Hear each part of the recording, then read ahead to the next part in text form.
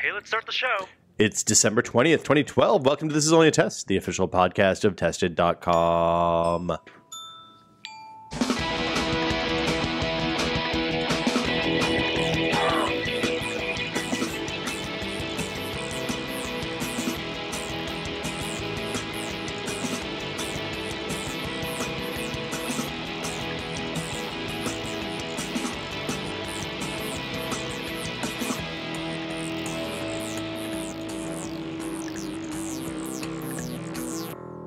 I'm Will Smith. Joining me today, Norman Chan. Hello.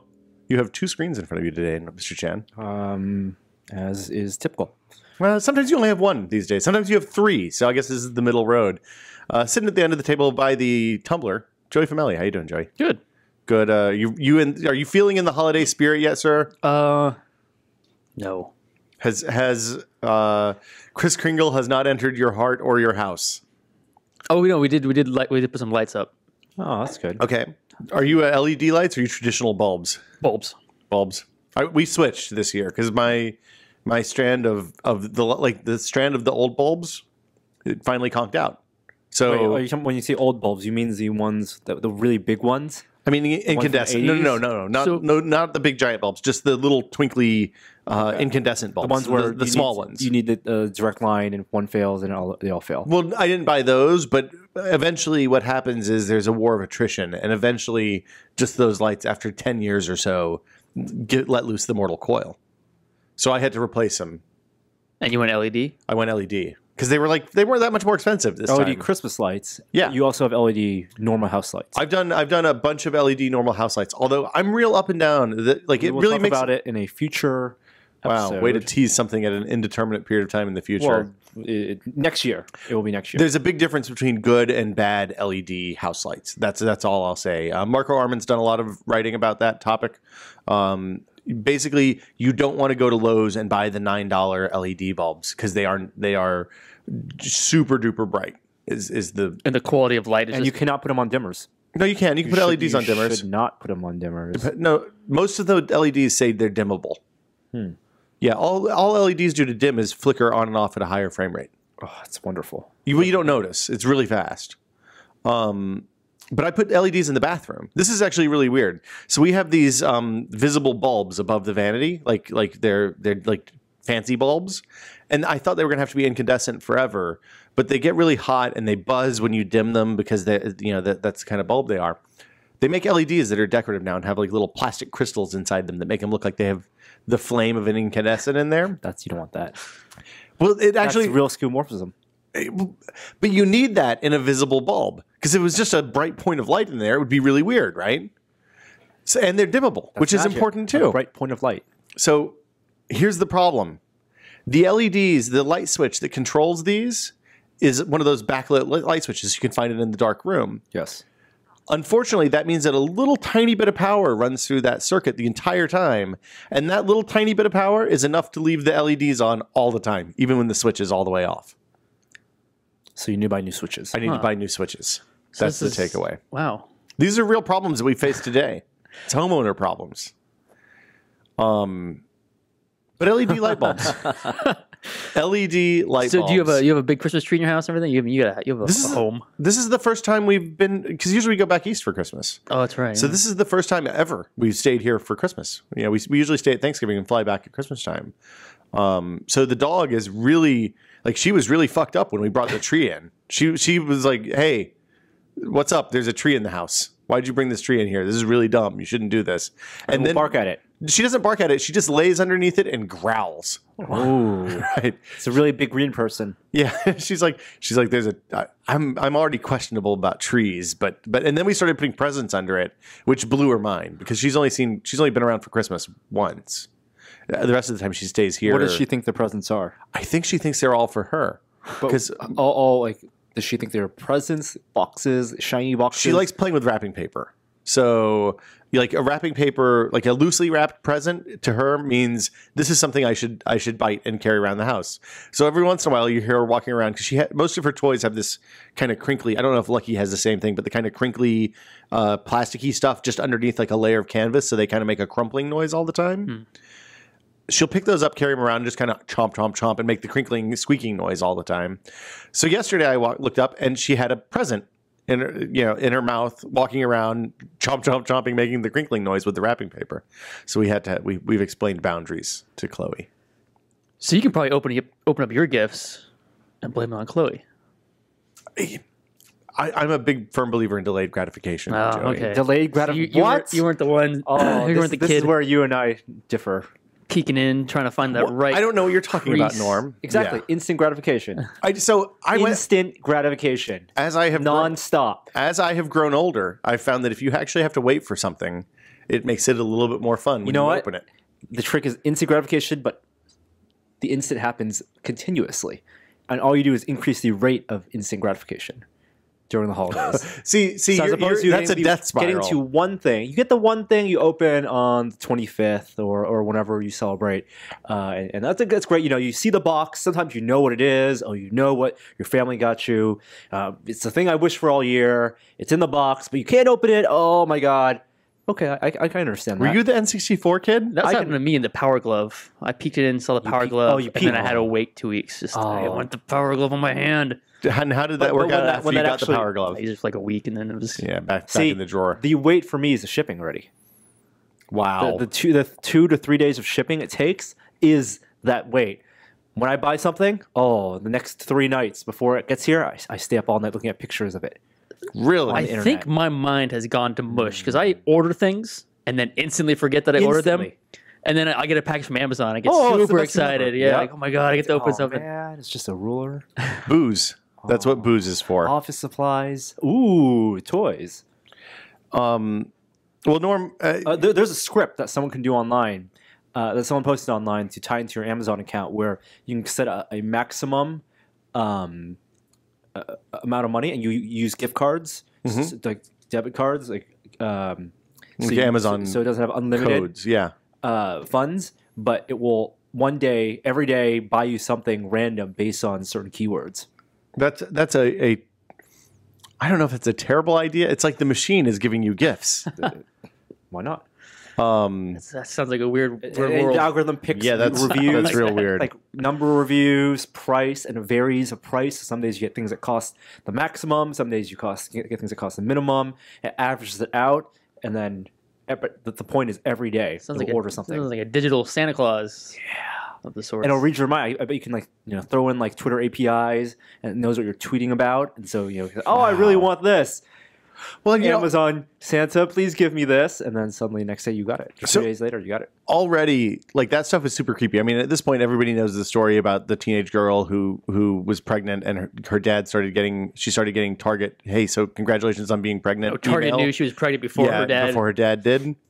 But I mean, that's what she's Googling? Well, because of what she's searching for on Target. Okay. Yeah, when she's logged in. What Target suggested based on what she was... Well, no, it isn't even that. So habits, right? When you are having a baby, it turns out you start getting mail and circulars and stuff from everybody, and it ranges from free samples of diapers and baby cleaning stuff and all that. Because the thing is, they look at you; you're a built-in customer for 2 or 3 years. If you're, say, a diaper customer, and they want to lock you into their brand from day one, right? So is that the hospital giving the information? No. It's based on. A lot of it's based on baby registries. So if you sign up at Babies R Us or something like that, but they also do. They also can tell if you go to Amazon and search for what to expect when you're expecting. Which, just to be clear, nobody should read that book. It is terrible. Just everybody's going to say, "Don't read this book," and they all say it, and it's really good advice. Don't read that book. It is awful. It's just horrible, horrible, terrifying advice all the way through. The point is, once you do that, you cross the imaginary Amazon threshold and they're like, oh, hey, congratulations, you're knocked up. Let's test the waters. And then they start sending you first trimester maternity vitamins and stuff like that.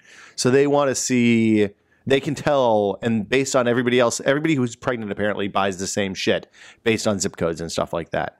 Based on zip codes? Well, because they look at zip code. San Francisco always buy the yuppie baby stuff. So here's everyone loves the flannel tie for babies. they look at like swaddling stuff, like the different stuff that's trendy in different parts of the country. I'm sure are sold different places. So I bet if you go to Peoria, Kansas, the swaddling stuff is nowhere near as popular as it is in San Francisco, and the $700 stroller isn't going to be for sale or isn't going to be pushed as hard in the middle of Kansas as it is here.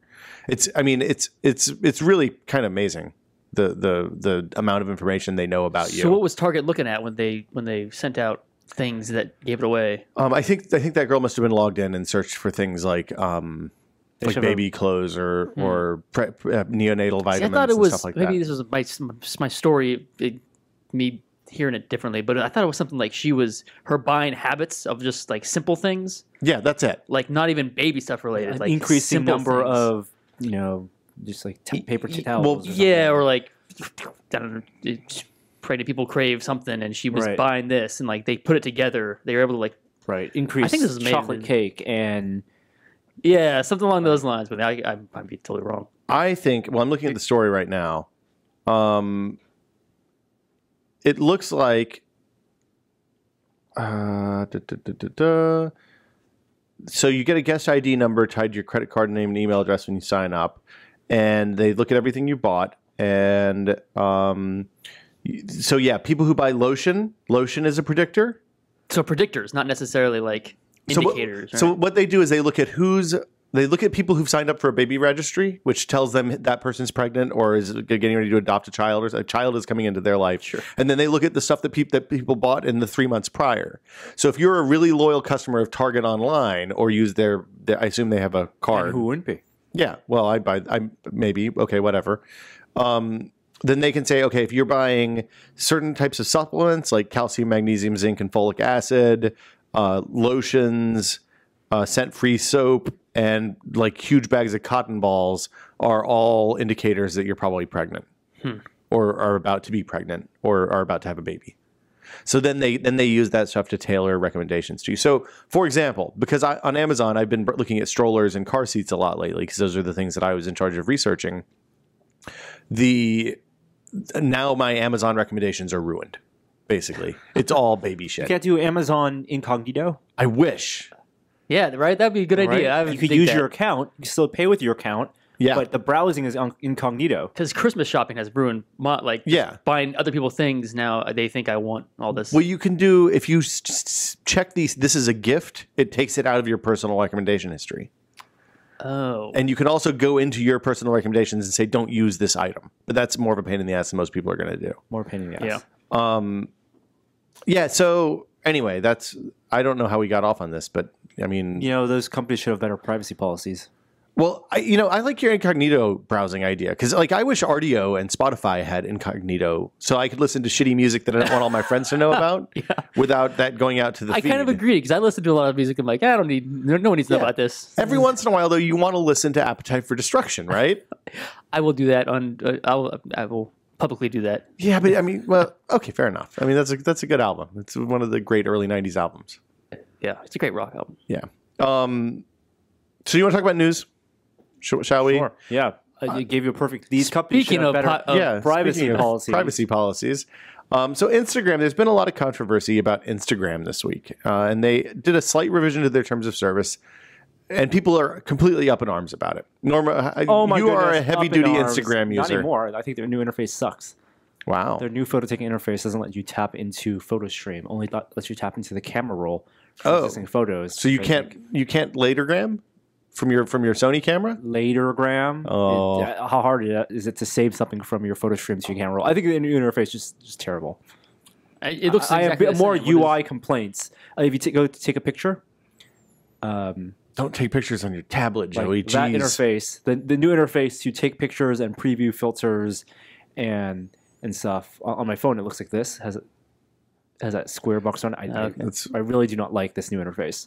I think that the bad UI design trumps bad privacy policy. So the upshot is that they switched their privacy policy to be more like Facebook's, which says, hey, we can use your stuff in the context of ads, and we have unlimited license to it, basically. And that's what everyone freaked out about? Everybody lost their shit about it. It's like the unlimited licensing is fairly common for kind of user-created content sites like Instagram and a bunch of other things, because a lot of I think the idea is that the lawyers think that in order to display the image on other pages on the site rather than just your profile page, like if they want to put your picture on the best of Instagram page, probably somewhere some lawyer said, hey, you got to have license to do that. Of course, otherwise it is advertising. That page helps promote Instagram service. But I think the thing people are really complaining about is more that they are going to the idea that now they can use your photos in Facebook style personalized ads. Are they afraid of that, or are they afraid that Amazon's going to start selling your photos? Instagram. And, like Instagram's going to start selling your photos like Getty or Shutterstock or.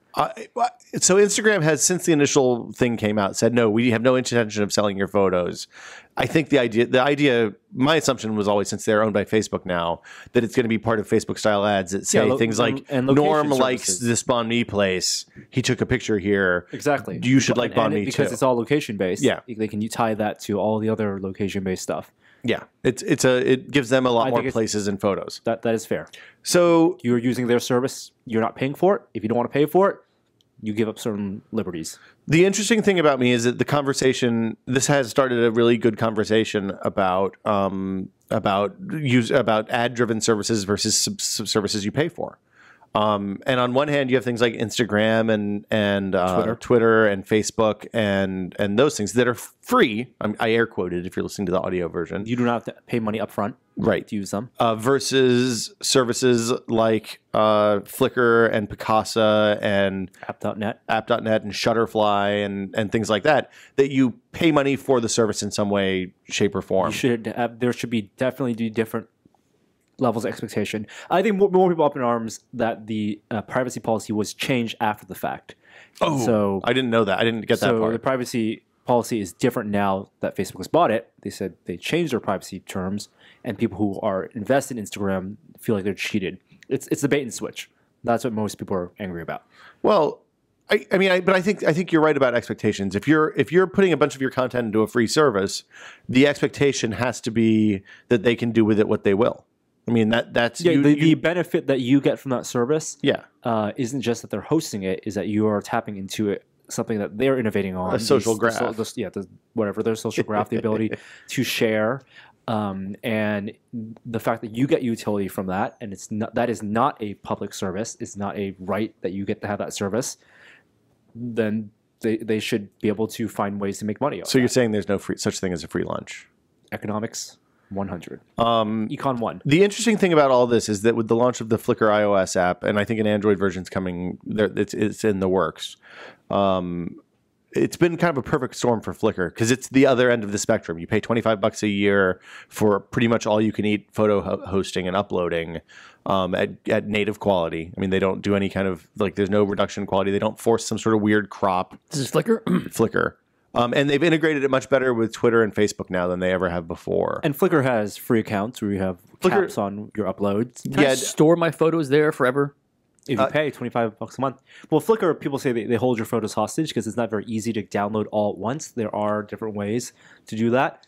But yes, there are some specific tools. Theoretically, you can store your photos on Flickr. I wouldn't it's $25 a year, not a month. Or a year. I wouldn't suggest you keep all your photos only there.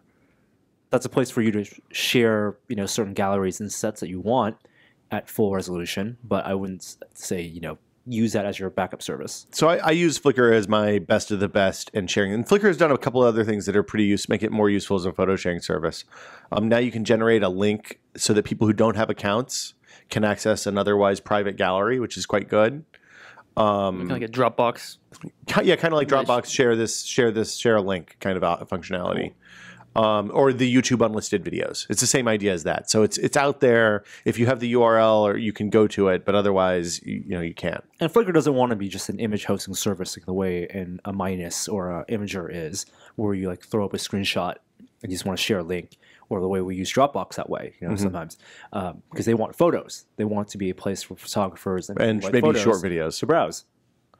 It's been really interesting because alongside all of this other stuff, Dave Weiner, who's the guy who invented RSS and is a pretty interesting dude, wrote a really good blog post the other day about the Flickr API.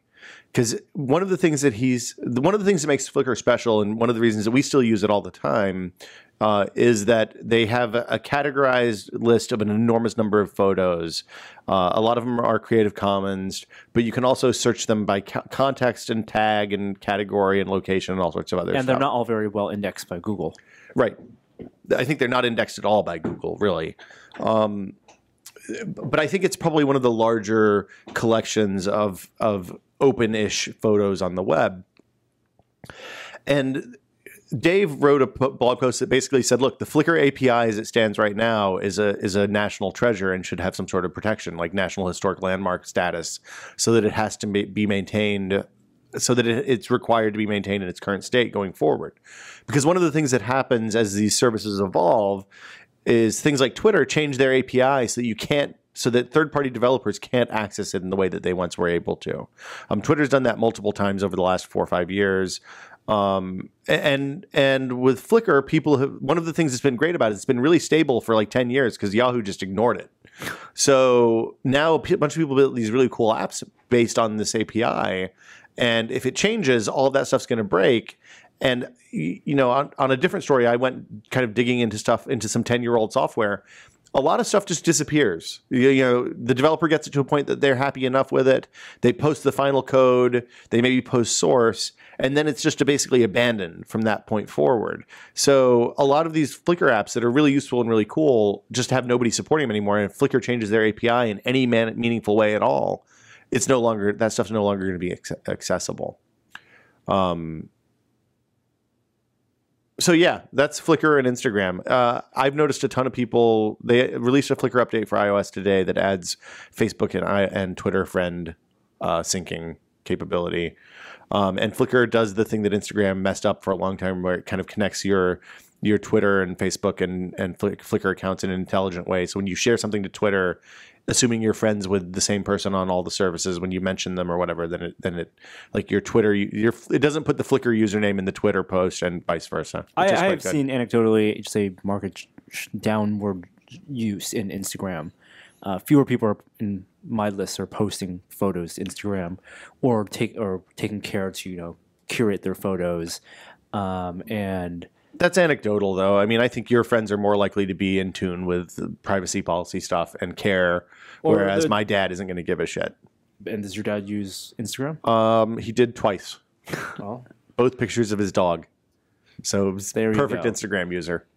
Double-click like. I have a lot of dog and cat. I think I'm almost done with Instagram. I have 46 pictures of my Instagram, and 2/3 of them are Chloe or Hardy, my dad's dog. So let's talk about, speaking of archives and APIs and free services, Twitter finally is rolling out a way for Twitter posters to download their entire archive of tweets. I cannot wait to do this. What are you going to do? You want to find out your history? I want to know, not only spend hours going through all my tweets in order, chronological order, but also find some software to do analytics, because I'm sure that there are things I've probably said exact same words twice and not known it.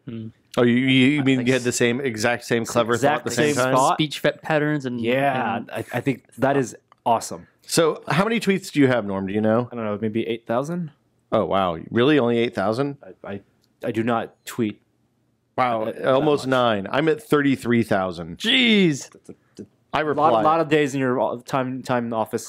I reply a lot. Replying. I reply.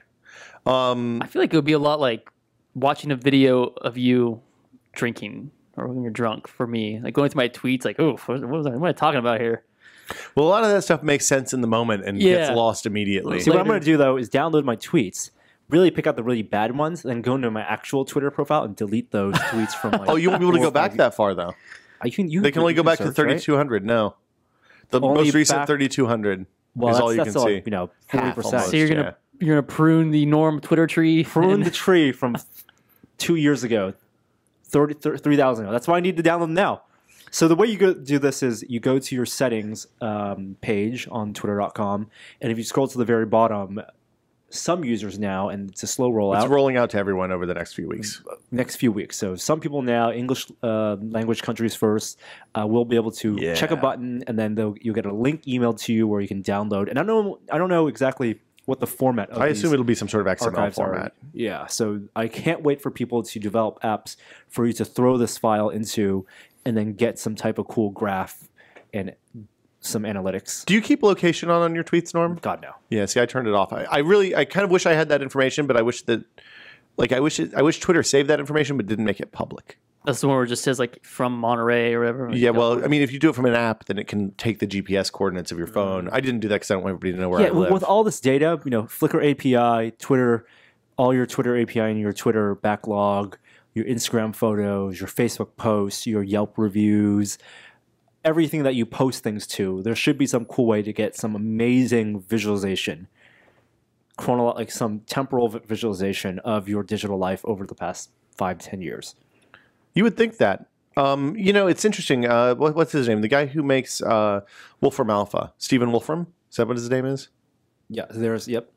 He's tracked like things like email usage, IM conversations, that's all for Mathematica, Facebook, Twitter, all of that stuff over like 12 or 14 years. And I think there was one like 3-month gap where he lost the data, but it was really fascinating about like his trends and how much he replies versus how much he trashes and stuff like that for emails. How much less email he's doing now than he was doing 10 years ago. Where do you think it's the one place that people tweet the most? The one toilet location? God, no. No. No one should be tweeting at their toilets. Toilet. Office bathroom. Hey guys, pooping. I think movie theater. Really? Oh, wow. Movie theater, no way. right after the movie. Oh. I think the kitchen. Are you talking about per capita? Per Twitter, like the per Twitter user, or per account? Per location. Which per common, like one identified location. I would say on the couch in front of the TV. Yeah, it's usually waiting for something, right? Like a commercial break, waiting for. You think like live events? Like no, most people don't leave the house, dude. When I'm doing live television events, I won't think about American Idol. You mean like for all the Olympics, the live tweeting? The series finale of Gossip Girl, pound challenges, pound Survivor. That series finale of Gossip Girl was complete horse shit. I did not watch it. I didn't even know it existed until I saw something on BuzzFeed that said it was Gossip Girl done. Yeah. Huh? Is that a show? XOXO. Nice, nice, Joey. Good save. So yeah, Twitter lets you download all that stuff. My first tweet. When did you sign up for Twitter, Norm? Do you remember? Can you tell? Can you find out? I think you can look at your account profile and see probably when you signed up. Joey, mine was like the first or second day of whiskey. Okay, so you got on the train when you got in there with the nutball crowd. Yeah. All you guys were tweeting. So did I jump on? Tweeters. I signed up. I had a meeting with somebody. And they're like, "Hey, you should check out this Twitter thing." So I downloaded. Well, it was before there were apps. I just SMS'd. And I tweeted about mouse reviews. That was then I think my second tweet was about buying pants. All right. It's pretty set the tone for the next 5 years. Yeah. Norm, do you remember? I do not. Can't find it. Okay. I got to download it. So yeah, that'll be coming soon. Check your Twitter profile. Like Norm said, it's in settings if you have it. I don't have it yet, so I'll let you know how long it goes. I'm interested to see how big 33,000 tweets is. 140 characters, but there's a whole lot of associated metadata. So who knows? It would be great if you could just have them print out a Far Side calendar for you. Every day, you just tear up a page and see this old tweet you did. That would be 30 years or 10 years. All the January 1st tweets, all the January 2nd go tweets. back to the actual match of the day. And all the January 3rd Oh, that's fabulous. That's a great idea. That'd be cool. And they have the year next to it. Oh, I didn't tweet We should delete January this part 8th. out of the podcast. This is a business model. What did you say? So you upload your XML file, and then you get a calendar mailed to you with your Instagram photo for that month. Yeah. your most liked Instagram photo for that month. Perfect. Let's see. Google Maps. Oh, we're talking about apps. Google Maps for iOS was downloaded 10 million times in 2 days. We record our podcast on Wednesday now, so we did not know that it came out on Thursday. Last Thursday. Google Maps. Oh, did it come out last Thursday? Oh, you guys got it for Thursday. I thought it came out Thursday before last. It came out last Thursday when we were in Santa Monica. Really? No, Wednesday night. I'm sorry. Oh, Wednesday night. Wednesday night because I was in Santa Monica. You were not yet. Yeah. So it came out last Wednesday after we recorded the podcast. Yeah. Hey guys, Google Maps is out. It was downloaded 10 million times in 2 days. So mostly over the weekend. This is the same as I have it on my Nexus. You guys have it pretty much. It is an iOS-ified version, but for the most part, its functionality seems to be the same. Much improved over the original Google Maps, or Maps for iOS. You mean Apple Maps? Apple Maps that use the Google data. Google designed it. They took their time. It, full iOS 5, iOS 6 support, iPhone 5 support. Is it available for iPad as well? I don't think so yet. Yeah, I think it's coming. iPhone only. I'm going to look and see right now. I don't ever. Do you use Maps on your iPad? I never do. Yeah, of course I do. Directions look so much better. It's on Maps. My parents love using Maps. Like things people do on their computers. Yeah. Look for Maps. I find myself checking maps like on the couch. Like I'm going to go here later. Let me see the route. Let me see the buses. Yeah. It's an iPhone app right now. Okay, so vector-based data. It looks really great. It has the kind of post Android 4.0 design style. Like it uses the tall font. I think it looks really good. So people are on Android. Joey, you have 4.2 on your Galaxy Nexus? On my Nexus 7. Do you have it on your Galaxy Not Nexus? mine. It's not on the Galaxy Nexus. On your Galaxy Nexus, when you do search, right, or when you do a search, is it as fast as the Google search is on your Nexus? In the maps? No, in general. You mean between both devices? Yeah, like when you on iOS when we do the Google search and you're inside the Google app is what you're talking about. App, you're pressing search and you say your search query. It basically transcribes it as you're talking. It's really really fast. Oh, okay. Much faster than Siri. I know a lot of people with Galaxy so you S3s. talk. Yeah, I talk to search. Okay, and then it just pops up. Like mine's pretty quick. I just type it and it. But we're on a full sentence. What if I want something like and this is one of the best things. Like, you can say something like, I don't use talk enough.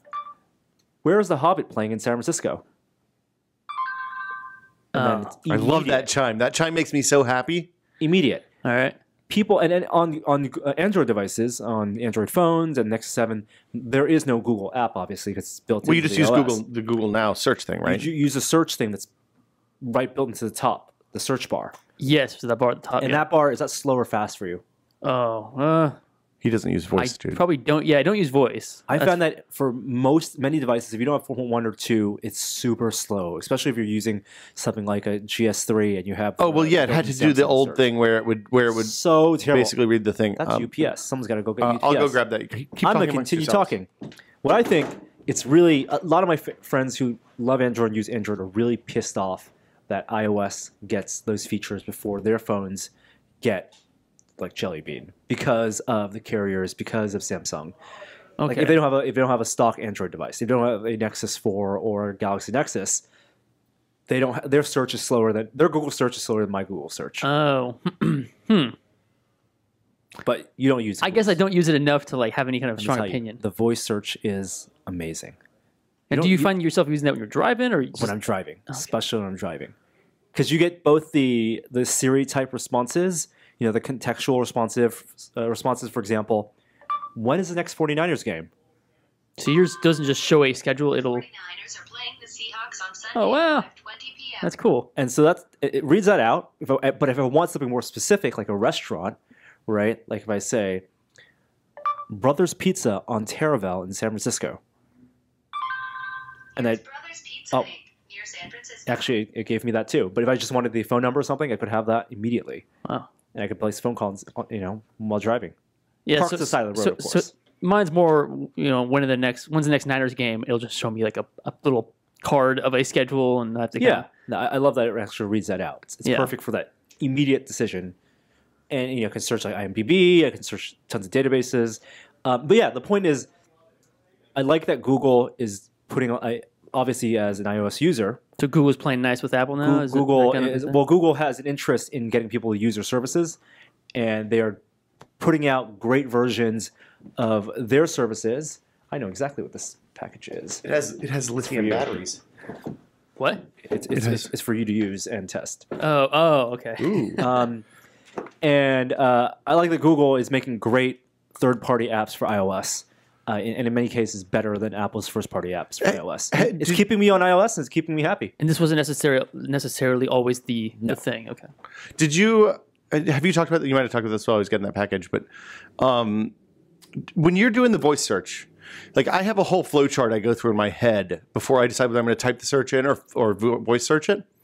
Like if Always voice search. If I'm searching for something, well, sometimes you search for like a business name or something that might be a little bit of a difficult pronunciation or have some sort of weird spelling. Contextual, because Google will always want to give you an answer. Yeah. And they will autocorrect your spelling. I give them Google the correct contextual information. So you say a tire shop named.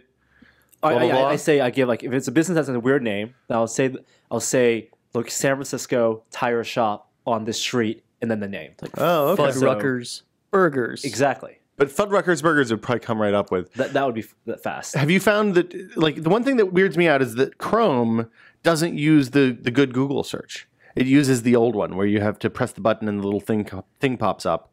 Well, you can, I mean, I use the Chrome app even less now because within the Google app there is the web browser. But you don't get like bookmark syncing and cookie syncing and all that stuff. If I just need a recipe or if I just need, menus for a business. Fair enough. Works pretty well. Did we talk about Google ActiveSync yet? No. Are we done with Google Maps? What do you think about Google Maps on iOS? I think it's great. I think everybody should download it. Are you actually replacing your Apple Maps with Google Maps? Here's the fundamental problem is that there's no way to set defaults. So if you click a link in Mail or in Safari or something like that takes you to a map page, it's going to take you to Apple Maps. That's fine because I'm not clicking. I'm saying on your main homepage, I guess your 16 favorite. I don't have my phone here, but yeah, I've replaced Apple Maps. Apple Maps is garbage. I mean, it is really bad. I know you were a fan, but this is demonstrably better in every way. So I'm using Google Maps now for searching.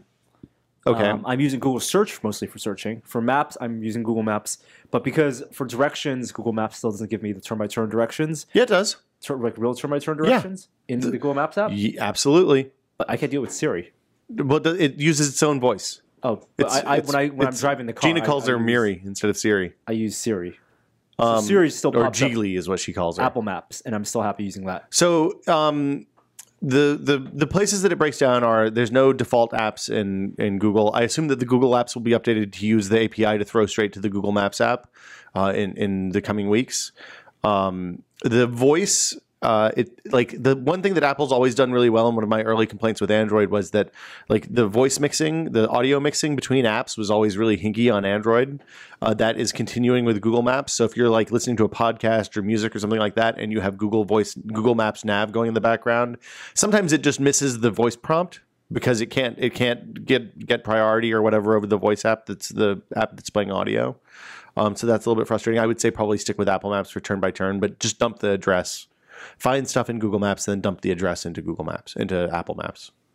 One ad company said that 29% of users they saw upgraded from iOS 5 to iOS 6 this past weekend. What do you mean an ad company? How do they know? Like they do tracking, like when you like Nielsen or something like that. When you click web pages. Okay. They can tell, with the browser cookies, what version of iOS you're using. Yeah. And they serve tons of apps and websites. Uh-huh. On iOS, they saw a 29% jump in iOS 6 users from iOS 5 because they expect that's because of Google Maps. So tons of people are holding out and not updating. I can't believe that. That seems crazy. That sounds crazy, but people were doing it. I think Google Maps, the blow up over Apple Maps was such a big deal. I mean, the fact that Apple had to come out and apologize for it, I think they rightly apologized for it. But the fact that something that they probably would not have done unless it was this big of a blow up in the media. Fair enough. That did cause a lot of people like irrational fear. So more Google news. Google announced last week in a they really buried it under a kind of friendly sounding blog post, but they've announced it with Gmail and Google Calendar and Google Contacts. They're turning off free Exchange Active Sync connections for everyone. Gmail users, Google Apps users, personal Google Apps users. So I don't know about you, but I use Exchange Active Sync to connect my my iOS devices to Gmail. So that I get push mail, push notifications for calendar stuff, contact syncing, which is difficult to get otherwise. All of that kind of stuff is apparently going away For free. for free accounts. If your business, say if you have a large business and your company is paying $50 a seat for Exchange Active for Google Apps for your business accounts, then you'll still get it. That's no problem. But free Gmail and free Google Apps accounts are no longer going to have Exchange ActiveSync support. Do you think that Google services are worth $50 a year? Would you pay $50 a year if Google said, hold on, we're not you get no Gmail and Google Docs. You get Google Search. Say Google Search is free, but if you get, because that's where they serve ads, primarily, but where they're collecting data mostly is Docs and Mail and Plus. Maybe I would pay $50 a year, no question for that. $50 a year for Gmail. If they took out all the ads, Google Drive, the calendar, Google Drive, calendar, and stuff like that. Yeah, I mean, I use that stuff. $50 well enough to justify. The only thing that I use for email at this point. I think they could make a ton of money with that. Yeah, I think the mistake with this is that they aren't allowing people to buy into it. Like, I think if I could pay $50 a year to get Exchange ActiveSync support, I would totally do that. And get no ads on any of your Google services. Yeah, absolutely. And priority no servers. Search ads. Yeah, I don't even need priority servers. It's fast enough as it is. I mean, they make good services. I would happily give them money for that product. How many people do you think use Gmail? I don't know, couple hundred million probably. Probably more people use Gmail than Facebook. I don't think so. Because in China, Gmail, they don't have Gmail. Oh, that's true. Or I mean, they do, but it's probably super limited. 800 million for Facebook. Yeah. You don't think 1 billion people use Gmail? I bet there are 1 billion Gmail accounts, but I bet 1 billion people don't use Gmail. 500 million. Yeah, I got 3 Gmail accounts. Yeah, we have like 12 for $50, like, you get the one. You get as many Gmail accounts you need for your tied together. Yeah. But yeah, $50 a person. If they had 5, that's a lot of money per year. But they're not going to get most of those people aren't going to pay for it. Even if 1% do, then it probably pays for the whole thing. So from a business perspective, $50 a year is incredibly cheap. Like if you're coming off of a Microsoft service or even running your own Linux servers to do mail, calendaring, contact management, all that stuff for your organization, $50 a user is per year is a pretty good price compared to what else is out there and having to maintain your own stuff. And it will let you validate all your privacy, bitching. Yeah, all the weird corporate requirements you have. The one downside is, of course, you're not hosting your own data. So if you're certain types of businesses are never going to buy into that. But if you have a startup or you have a small business or something like that and you want a cheap way to host email, absolutely do Google Apps. Like there's no question it's worth $50 a year per person. I like so the one thing we haven't talked about is that there are going to be alternatives. They're already in place. Most people aren't set up to use them. iOS supports CardDAV, CalDAV, and IMAP for Gmail. It's already built. Like if you're using the Gmail setting already on your iPhone, that's what you're using to sync that stuff. I haven't used CardDAV, but I've used CalDAV and IMAP. Both are fine. That you don't get push messages for calendar stuff, but it seems to work okay. CalDAV on OS 10 syncing with iCal, or what's just called Calendar now, I guess, is garbage. It doesn't work very well, and there's constantly errors. But the rest of it's okay. They're not going to turn, if you're already set up, they're not going to turn you off. You just won't be able to sync a new account into that. Into the Exchange and ActiveSync. This is in the new year, so this is starting in January. Yeah, so please sync all your accounts. Yeah, so if you get a new iPad or iPhone or something for Christmas, go ahead and sync it now. The place this really hurts is Windows Phone. Windows Phone doesn't have CalDAV or CardDAV support for anything, basically. So Windows Phone users won't be able to get access to Google Calendar, Google Contact services at all after the new year if they haven't already set up Exchange ActiveSync. But they can still get Gmail accounts. They can still connect via IMAP. Yep. You just won't have your address book, which is a pretty big fucking deal if you ask me. And you don't get push email. Won't get push email. I really, a lot of people are wondering if this is an attack at iOS, at Apple. I really think it's more about Microsoft than anything else. It seems like a much bigger deal for Microsoft than anyone. So, year in review. There's been a lot of. We talked about Google's top searches for Google last week at length. Twitter and Facebook and YouTube have followed up with their own. Unique approaches to these topics. Okay. Do you want to talk about this? Yes. So Twitter. I'm interested in the year in review. The year that was 2012. The year that was. Is it soon enough to say this was the year that was now? The year that was? The year that was? We're like 2 weeks away. Sure. Yeah, why not? You guys it's see that over. weird YouTube That YouTube video was great. We'll talk about the YouTube You want to start with YouTube? Sure, let's start with YouTube. Okay, so YouTube did like their memes of the year video. Basically, it was like a mashup of their most popular videos on YouTube. This was yesterday, so Tuesday, and they changed the logo for YouTube. Yep. To be Gangnam Style. Yep. The dancing dude. So I recognize him and Felicia. Didn't recognize anybody else. They made one video, and they basically spent a lot of money getting all these popular YouTube memes and partners and channels, celebrities, to star in I guess it was it's like a clip reel. 2 songs the Gangnam Style. And, it was one song that was like a mashup. Maybe. It was Call Me Maybe and Gangnam Style mashed up together. And there was something else in there too. Maybe there's something else in there, but yeah, you're right, Joey. I did not recognize. I recognize Psy. Yeah. Right, the Gangnam Style guy, and he was obviously in it. I recognize Felicia Day, she looked kind of weird. Well, she's supposed to look like what's her name? Yes, maybe. Yeah, the Carly Rae Jepsen. Is that what she looks like? I don't know. She has that haircut, but not red hair. I heard that woman is a lot older than the Carly Rae Jepsen. Yeah, she's old. She's like a 33. No, she's like a 33-year-old playing a 17. I don't know. Yeah, I don't know. That's weird. She looked weird. Old. Okay, yeah. So, and then there were some YouTube's. I guess they're YouTube celebrities, if you can call them. Well, hold on. There was that Canadian band that did all 5 people playing one guitar song. You'd seen that, right? Never seen that. No, Nope. Is that what that was? I was wondering why they're all. You were familiar with Coney guitar? 2012? I don't know. We were in Wait. Portland when that one of those videos was the Coney video. What, really? Hot Yeah. dogs? No, Coney was the Child labor, child soldier thing. Yeah. Freddie Wong was in it, so I saw him. I don't remember Freddie. Oh, right. Okay, yeah, he was in there. So, and then that Belgian TV commercial with the red button where the drama explodes when you hit the button in the middle of the square. We talked about that video. Nope. Okay. Nope. The Stuff Girls Say, that dude with the wig.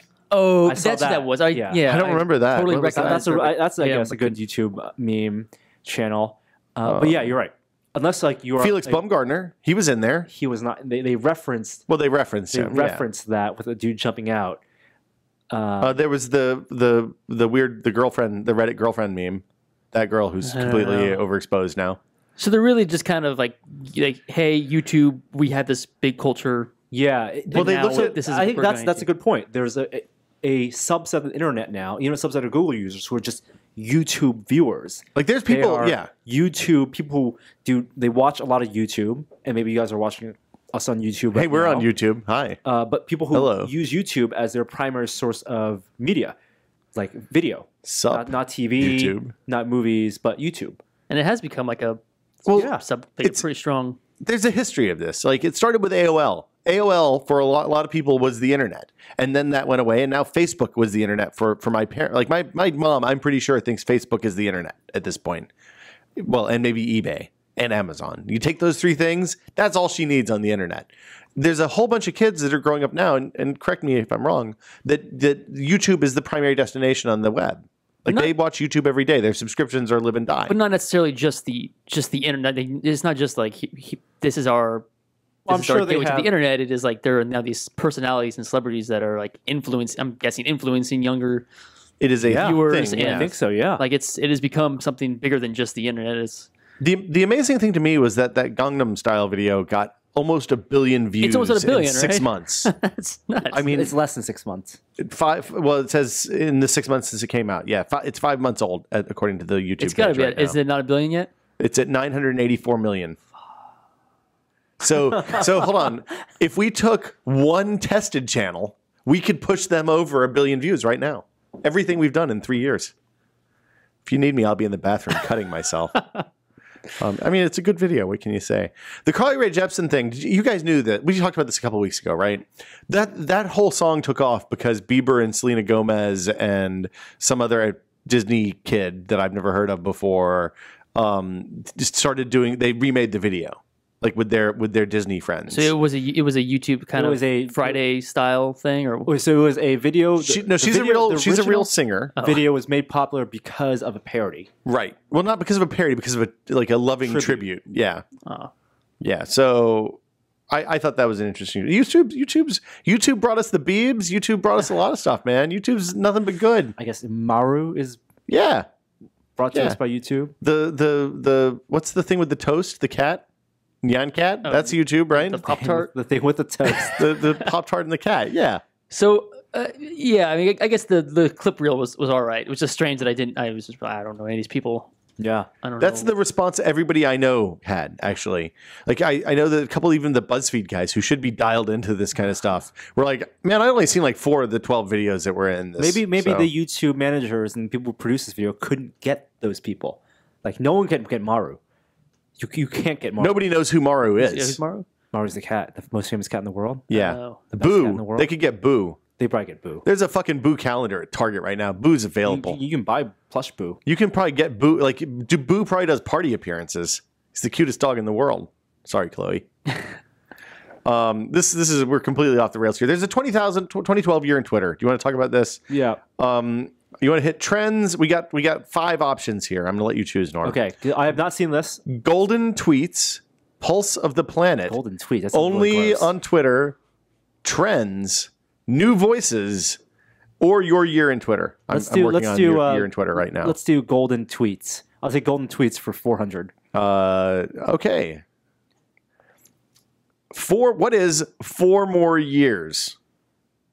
Hashtag 4 more years? Nope, just 4 more years in quotes. What do you mean? President Obama, the question is, Obama. President Obama comments on his reelection. Oh. 810,000 retweets, 300,000 favorites. So these are like these are phrases the or best tweets. These are the gold tweets for the year. So Okay, got it. The I tweet get that rang the point now. through So- all of Twitter. So you should say 4 more years, and I will say, who is President Obama? Yes. Yes. Okay. Rip Avalana, period. I love you. You're never going to get this one. What? How many retweets? Tell me how many retweets. 220,000 retweets, 100,000 plus favorites. What? Yep. Rip, spell that out. like Rip recipe. Avalana, Avalana. I believe it's a name. Oh, I'm just going to tell you this is a super Okay. sad story. Justin Bieber says goodbye to a fan. A 6-year-old with a rare form of brain cancer Oh, wow, that's super passed sad. away. Jesus. And yeah, so he tweeted that and it got retweeted 220,000 times. Okay.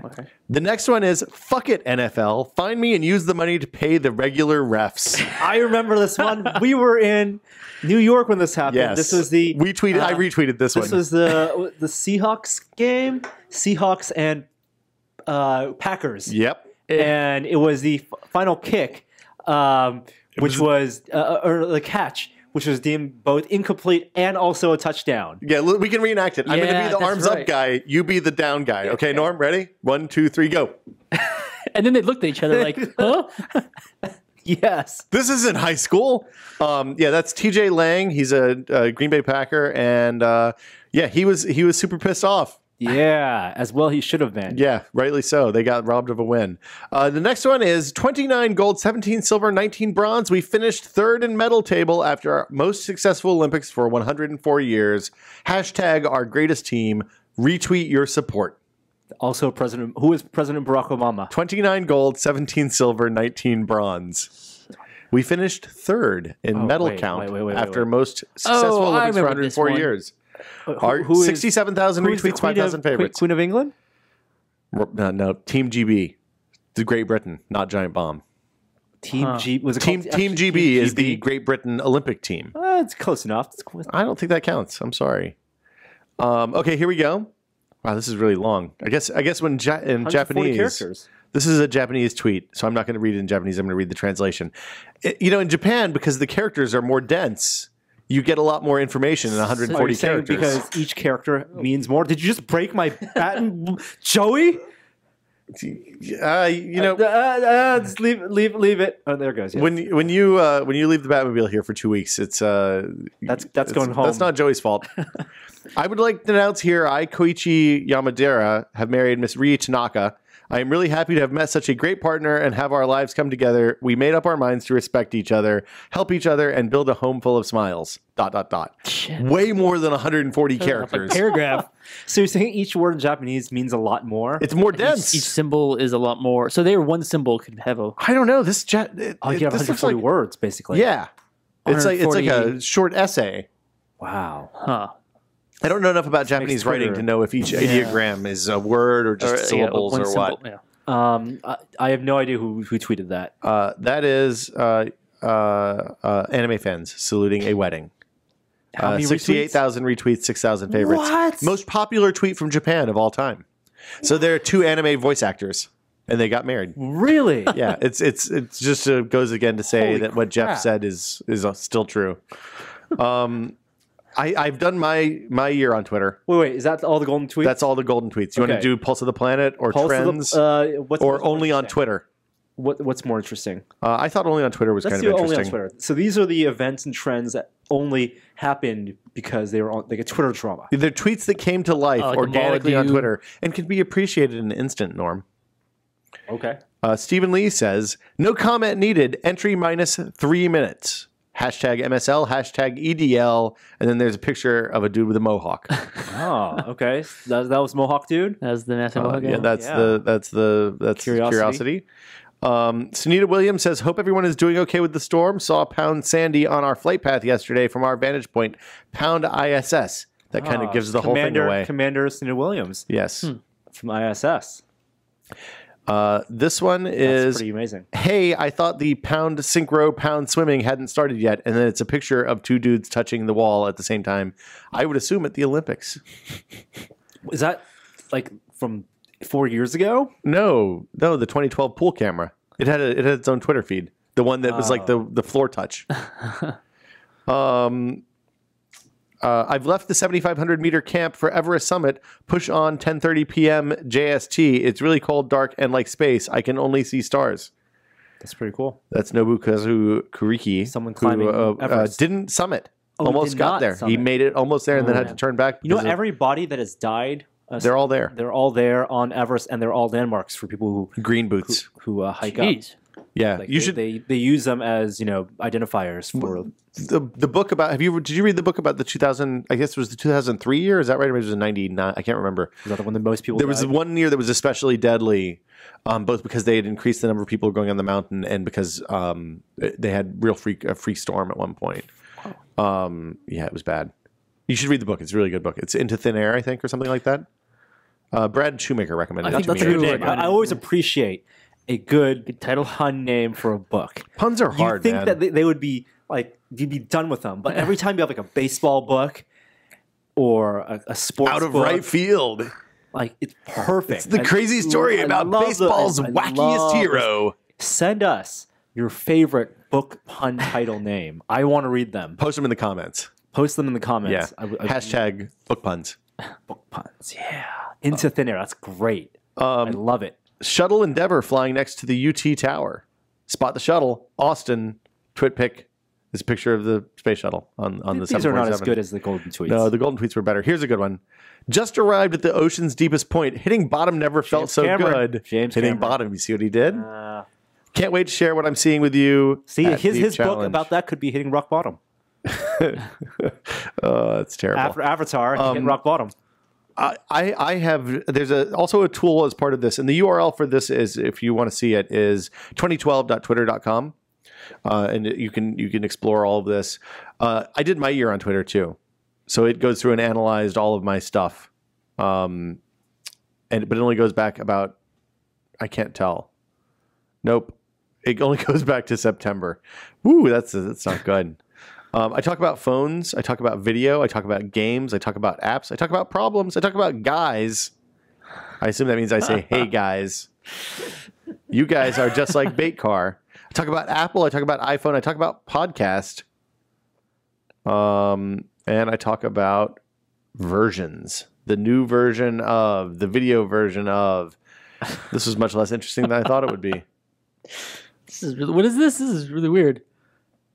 This is Visify, which analyzes your Twitter data. It takes like the and- word that you've said the most. And No, it does like statistical analysis on your tweets, basically. It's the thing that Norm said he wanted, but because I tweet more than... You have zero context for that stuff, which is the worst. yeah. Well, no, you can see the actual tweets.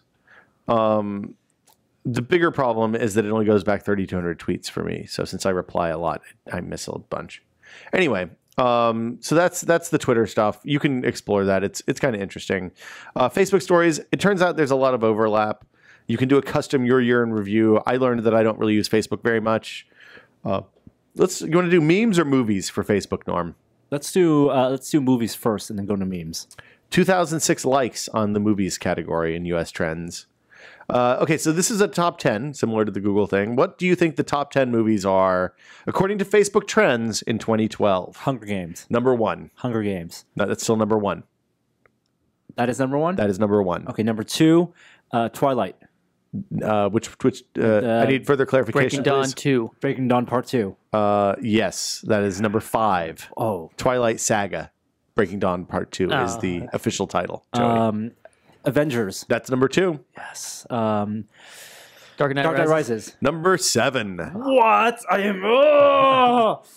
That makes me angry. It wasn't that good, Confused dude. and angry. It was okay. No, my parents, first thing they did when I saw them, I see them like once every couple of weeks, and then first thing they asked, "How's your life?" Do the catch up. Was this after they yelled at you about the water balloon incident? Yes, this is after. More Okay. recently. But the last 2 times I saw them, the first thing they said, or one of the first things they said was, "Can you explain Dark Knight Rises to me?" What did So you tell began them? a half-hour explanation. So who was that girl who climbed up that well? So who is she? And why did she hate Batman? What? They were the same girl? Oh, I fell Spoilers! asleep at that part. Spoilers! Oh God! Spoilers! Okay, so that's number 7. Amazing Spider-Man. Nope. James Bond. Skyfall. That's number 9. Wow. Okay. What was a Paul Bart Mall Cop like movie? A bad movie that kids would like. You're on the right track. Was there a Ben Stiller movie like that? It came out this No, year. Ben Stiller directs movies now. He's good at that. Remember? He was the bomb in that movie about Iran. Was the Obama or the Osama bin Laden movie? Nope, that's just too soon. I don't. Oh, Jesus. Hobbit. Nope, too soon. What? What were the big summer movies? We talked about this last week too. Yeah, what happened this summer? Yep. Well, there's some overlap with last week's. Hey, you're looking at your phone. I think that's cheating. No, I'm just trying to see my Visify or whatever it's called. I'm going to give you the rest. Just fill it in. Put people out of their misery. Okay. Yes. If you wanted to watch a movie about a bag full of cocks, what would you watch? What? Magic Mike. Oh, I saw that. Bag.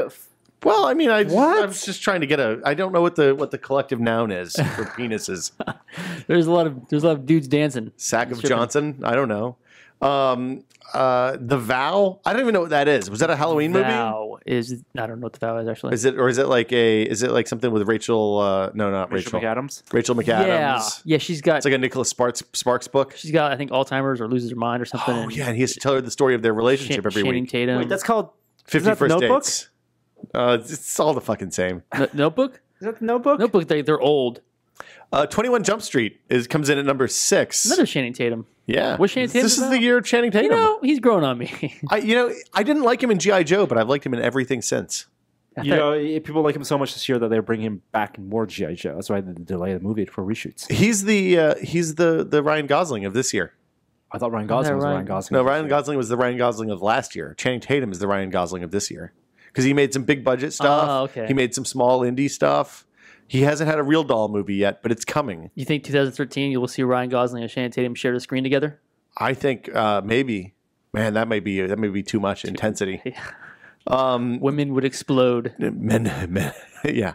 Dr. Seuss's The Lorax I never saw that. coming in at number 8. Number 10, Prometheus. Oh, Yeah, that was a summer movie. that was a summer movie. It was a summer movie. We can do music. We could do books. We could do technology. God damn it. Guys is also in my what I tweeted. What? Hey guys, Hey, guys.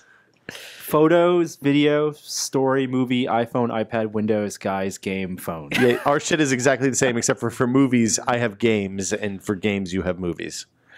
Yeah. Do you want to talk about books, television, politics, Australia, Canada? We could do Canada trends.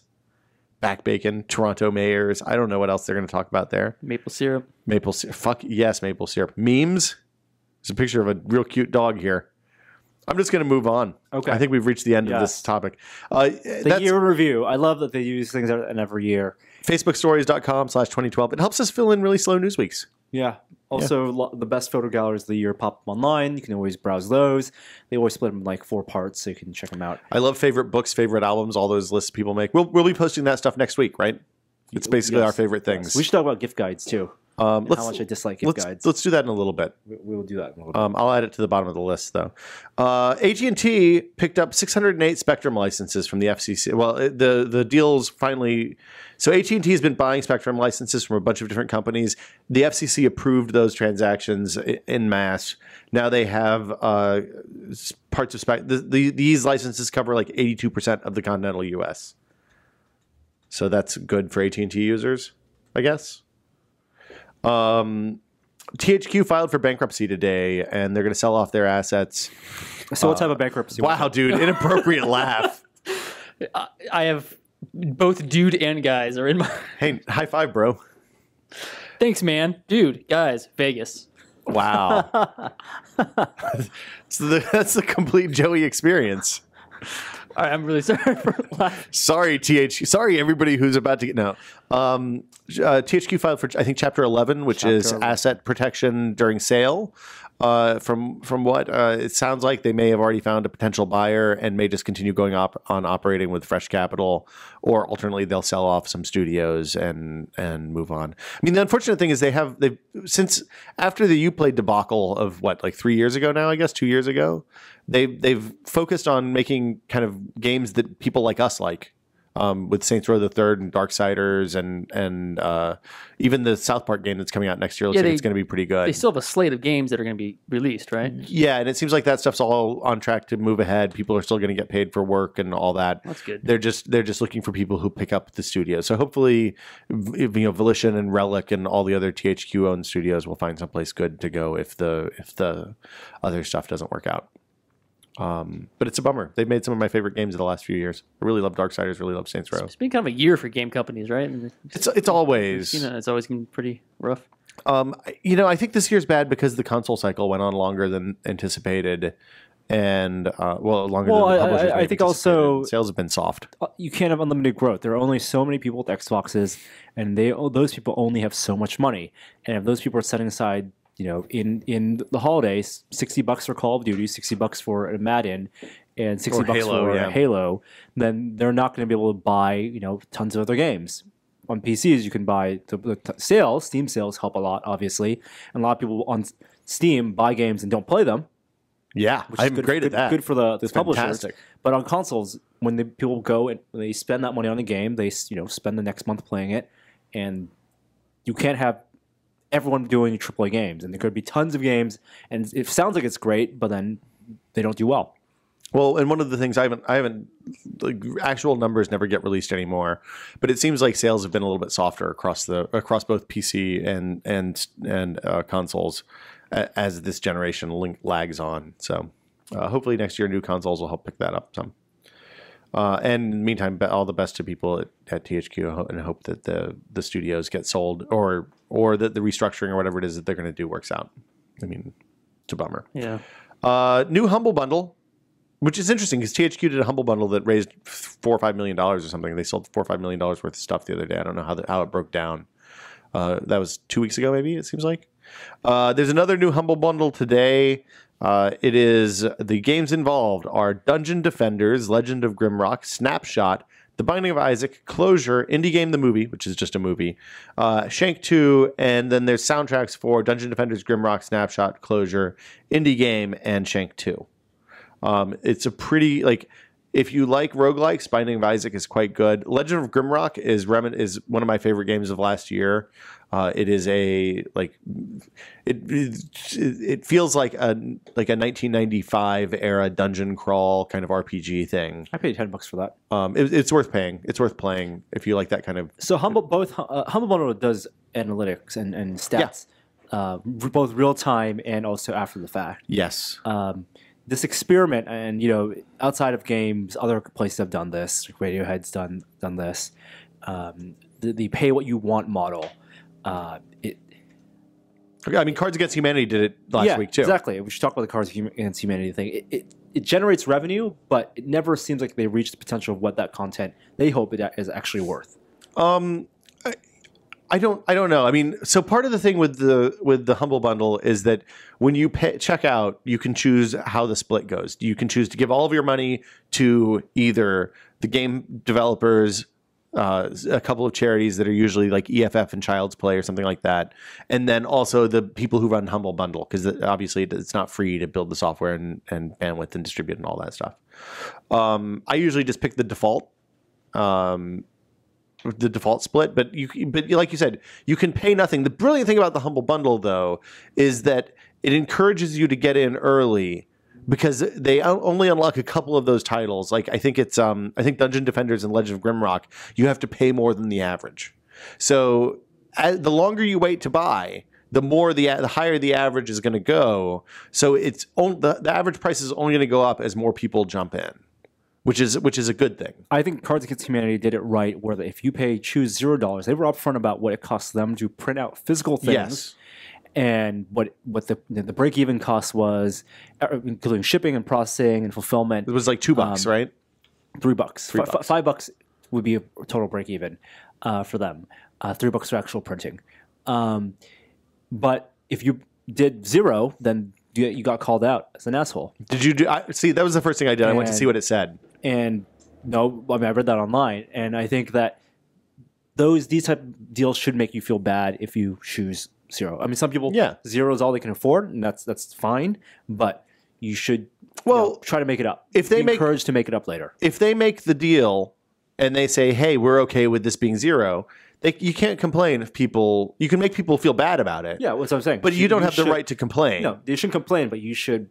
You totally have the right to make people feel bad about it. Yeah, I absolutely agree with that. I still haven't gotten my Cards Against Humanity holiday cards yet. I'm a little bummed about that. But it's a little different when it's a physical item versus some Steam codes, right? I mean, that's the big difference here, is that Humble Bundle generally hands out downloads and codes and kind of ineffables, whereas the Cards Against Humanity thing, you get a physical pack of 30 cards or something to put in your stocking, which I don't know. I was really surprised they did it. I think they said they ended up making about $70,000 on the Cards Against Humanity stuff. Yeah, and they put it all charity. And they gave it all to Wikimedia. So for Wikipedia, after an earnest, it's not charity, but a charitable donation to a nonprofit. Yeah. So that's it. If you missed the Cards Against Humanity holiday pack, it's gone. It's gone forever now. Cards are okay. Have you gotten yours yet? Yeah, Wes got his. Okay. Are they They're Christmas themed, holiday themed. Okay, that's good. Kodak sold all of their patents to Intellectual Ventures and RFX and a consortium of, I think, 13 other companies. So Kodak, as you recall, was in bankruptcy protection as well. But they do have they had a patent portfolio that was evaluated and by some and kind of implied to be not quite as valuable as maybe initially thought. I think they got 525 or 535 million for it. To the Kodak moment. No, but do you remember? That's what I want the rights to. I want the rights to the Kodak That's moment. a trademark. It's the trick, ding. It makes the little clinking noise. The Kodak moment. Do you remember going to zoos? No Kodak moments. Do you remember going to zoos and museums and stuff when you were a kid, and there'd be those little signs up around the zoo that said, "This is a Kodak picture spot. If you stand here, you can get a great picture." Huh. I think I've seen those. Yeah. We used San Diego Zoo has that. San Diego Zoo was the first place I saw them, but we always used to just stand by the sign and take a picture with us all gathered around the sign. So, yeah. That's exactly the type of hipster shit you would pull. I was 6 years old. I don't think I qualified as a hipster at that point. So yeah, the companies that are in the consortium, Intellectual Ventures is Nathan Mervold's company, and it was a smart money report that broke out the depth at which they buy patents and then hand them off to subsidiary companies to then file lawsuits against and threaten companies that are building products that may or may not infringe. It's a little sleazy. The companies that were part of this consortium that they put together, Intellectual Ventures is going to hold the Kodak patents, but Google, Apple, Facebook, RIM, Amazon, Microsoft, Samsung, Adobe, Huawei, is that how you say that? HTC, Fujifilm, and Shutterfly all ponied up to buy into these. So it's a pretty big patent portfolio. I don't know how they're going to get their $525 million out of it, but maybe they just paid up so they won't get sued later. So. And it's all about digital photo stuff because Kodak owned a lot of the early digital photo patents. The first Windows Phone update's out. It's called Portico. It's on some AT&T Lumia phones HTC 8Xs internationally. I think the US phones just got it today or yesterday for you guys. It adds a couple of things. It fixes the Wi-Fi bug that's plagued Windows Phone 7 since the very beginning, where when the screen times out, Wi-Fi turns off, and you just fall over to cell phone connection, which is really dumb. Also, it adds some SMS stuff. You can save drafts. You can select multiple texts and delete them. You can reject a call and put in an SMS, send an SMS reply with including a couple of customizable options according to WP Central. I find that really funny. It's an iOS feature now. Does Android have that yet? Is that a thing you can do in Android? What is it? You get a call and you can't take the call, so you can send a quick SMS message back straight from that screen. It's a feature that was on feature phones like 10 years ago. I'm not sure. I don't use the stock messaging system. I use just one that I was someone recommended, and they have that. Yeah. Cool. That's it. That's what's in Portico. If you have a Windows Phone 8 phone, it should roll out soon. Although Nokia is saying that 920 users may be delayed until like January or February. I can't. Some sort of delay there. Couple other small things. The Nintendo TV II is coming to Wii U on December 20th. So in US and Canada, so that's their like TV management, TiVo integration, all that kind of stuff. I'm really interested to see how that works.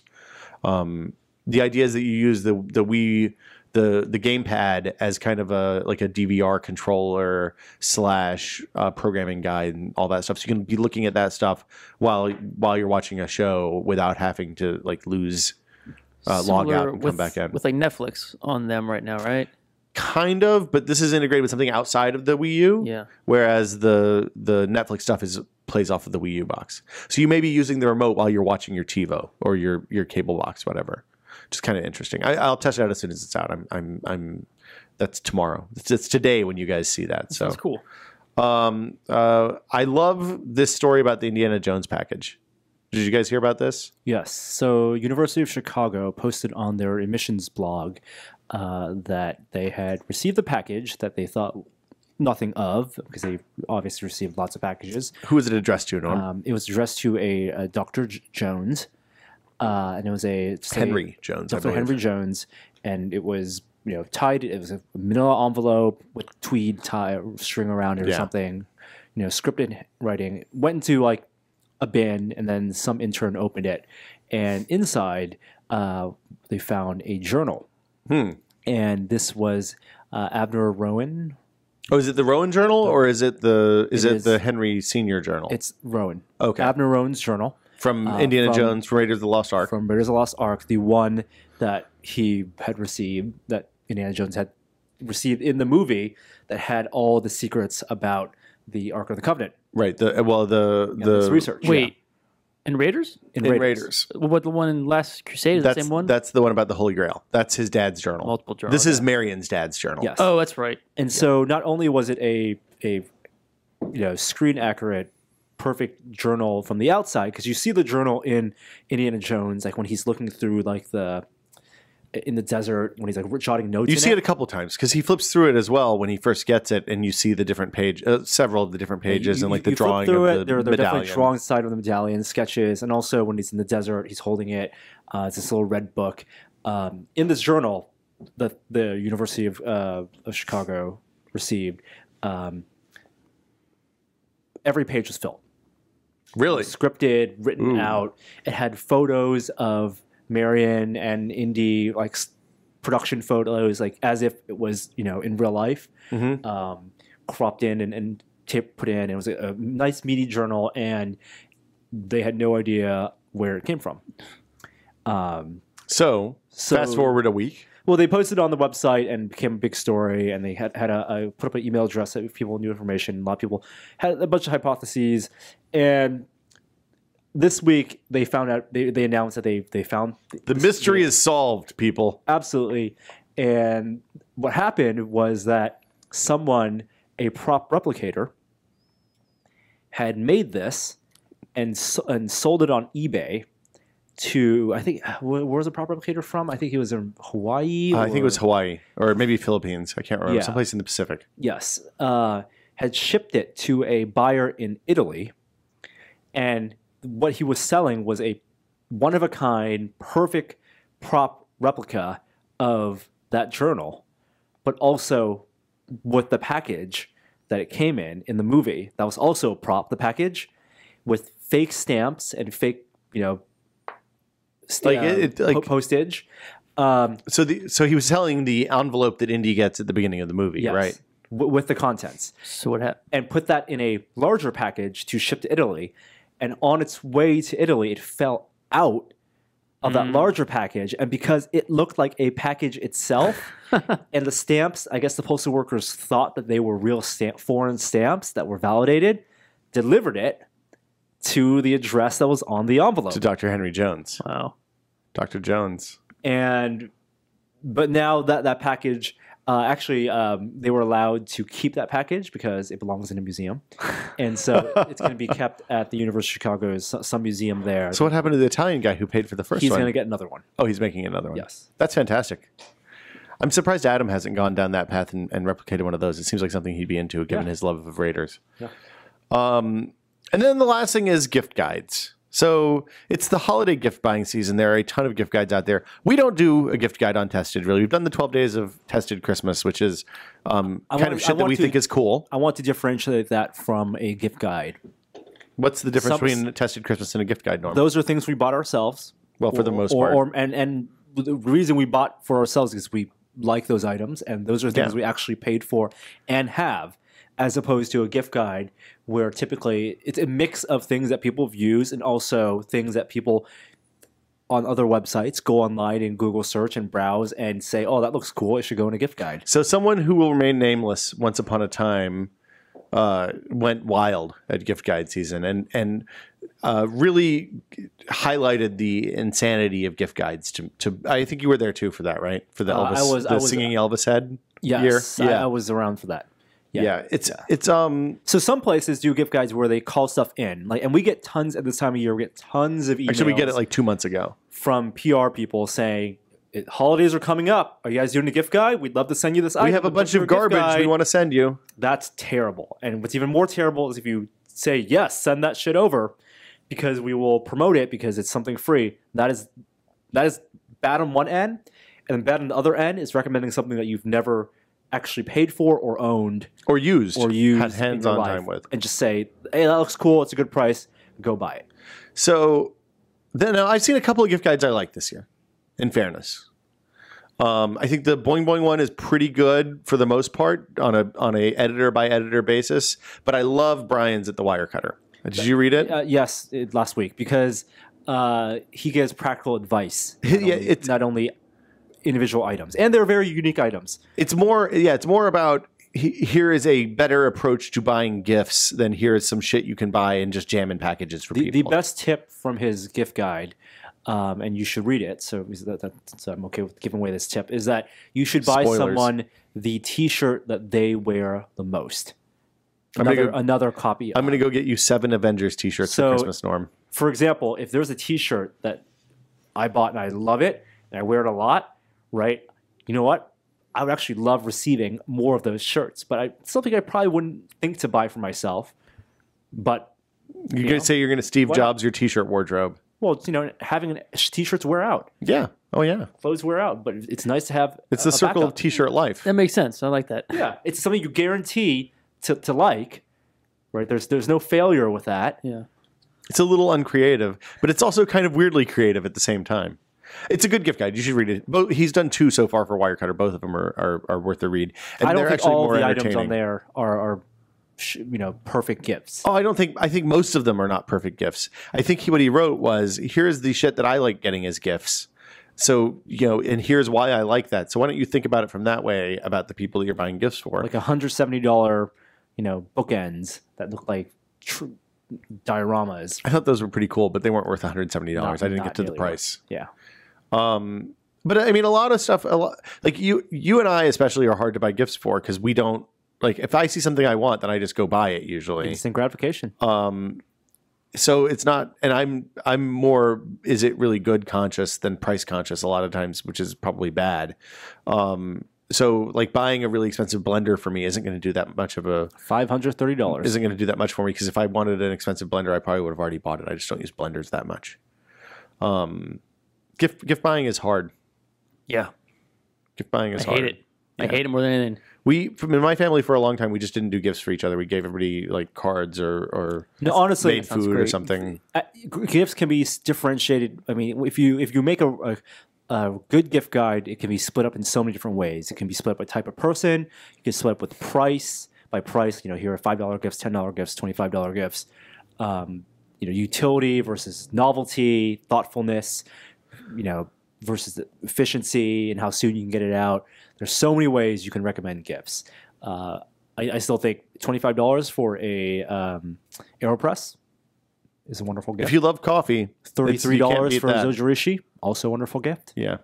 And actually, I've been testing, and people have been asking. They've changed the lid design on the Zojirishi again. I'm going to write about it for my favorite stuff next week. But the new one is still awesome. It's still really good, and I love what they've done with the lid design because it's a lot easier to clean than it used to be. I got my wife a Zojirishi last year for Christmas. She hates the nipple thing. She doesn't on the lid. Spout? She's a little picky though. Touching her nose.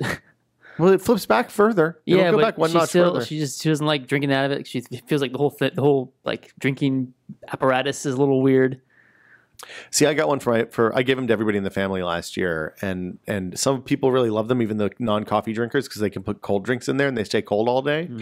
And then a couple of them have just never used it at all, I think. So that's sad. Yeah, that always makes me sad when I spend a lot of time thinking about something. And well, you didn't spend a lot of time thinking about something because you bought everyone the same thing. Well, I got different colors for everybody. Okay. Maybe they didn't like the color. I jammed those in stockings. It was a big stocking gift. That's expensive stocking. Yeah, I know. Well, some people got stiffed on the other end, though. Should we talk about what we're doing? So next week, we're all going to write things we love about things we love. Continuing the tradition of our favorite things post from years past. Those will go up all next week. They're not gift guides. It's just shit. It's a weird combination. It's basically the things that we thought were best of this year, product wise. This is the way I usually treat services. it. Yeah, services as well. So look for that. CES planning happening now. I'm not going. I might fly up on Wednesday. This is kind of my current down thought. On Wednesday. Sideways. Yeah. Left and right and down. Vegas is actually further west than LA. Well, of course. When you drive to Vegas, you go down that area to LA and then... Wait, how is it further west? I'm sorry. Further south. Yeah. Reno is further west than LA. Well, of course, Reno's further west. Reno's further west than Vegas. Is that what you mean? Or is it? I think LA. Vegas is straight up. Nevada is straight up on that side. But saying Reno is west, then more west. Oh, more west. More west. I'm closer to the ocean. Mine is again. Or I mean, because when you go down LA, you're curving because down the California kind of joint there. Yeah, it's a little bit of trivia. Sounds crazy. California. I don't know if I buy that's this. A bar bet you can always win. How do you prove it? Smartphone? Take a map out. CES Vegas. Yeah, what's going on at CES this year?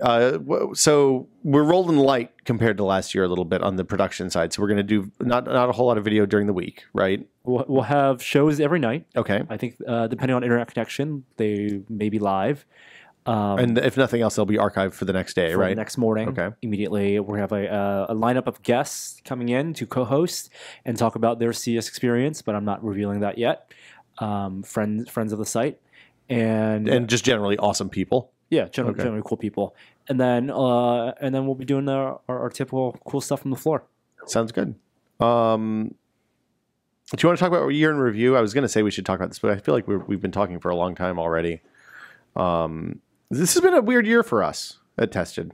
Good year, not a bad year. Just a lot of stuff changed. It's about 9 months since we all. It's only 9 months. Less than 9 months. Still 8.5 months. Well, so. I mean, this is probably going to be our last podcast of the year because I don't think we're going to podcast next week. No, we're all taking next week. Yeah, off. we're all off next week. I know that a lot of people were really worried about stuff when the whiskey sale was announced. I think it's turned out pretty well for us, and it's worked out okay for Giant Bomb too. You in this room included? Yeah, everybody here. I mean, we were all worried when something like that happens. Well, okay, Norm, you're never worried, but never worried. There's a poster in our room that says, "Don't worry. Everything is going to be amazing." Really? Where? In my room. Oh, in your room here? Not at home. Not in this room. You should put it up in this room. It'd be much more. It's a little weird if you're like, It says, "Don't worry, everything is amazing." Like if I was a girl and I was coming into your room and I saw that, I'd be scared shitless. Well, there are plenty of other things in my room. Fair enough. Fair enough. That's the least scary thing in your room, I guess. Yeah, no, I mean, we've ended up getting to do some amazing stuff this year. We stood on top of a nuclear reactor while it was running and saw the blue glow of the Chernikov radiation. I never thought I'd see that in person. And you still managed to have a baby. And well, I mean, Wow. That is job, Will. that was I think that was like a week before the baby was conceived. So Wow. Maybe give it a little maybe boost that it tentacles. Yeah, maybe we'll have some weird tentacles or something. Yeah. Who knows? We'll find out in a couple of weeks. What else? We went to NAB. That was kind of boring. Although those fake sets were fun. It was an interesting little trip. Yeah, we saw. We learned how to make pea stew. Yeah, we went to a bunch of places, and we'll definitely be going to a bunch of more places next year. But Saw a flying car. we would love to get your suggestions for places we should see, and this is a ongoing, Always. open request. Yeah.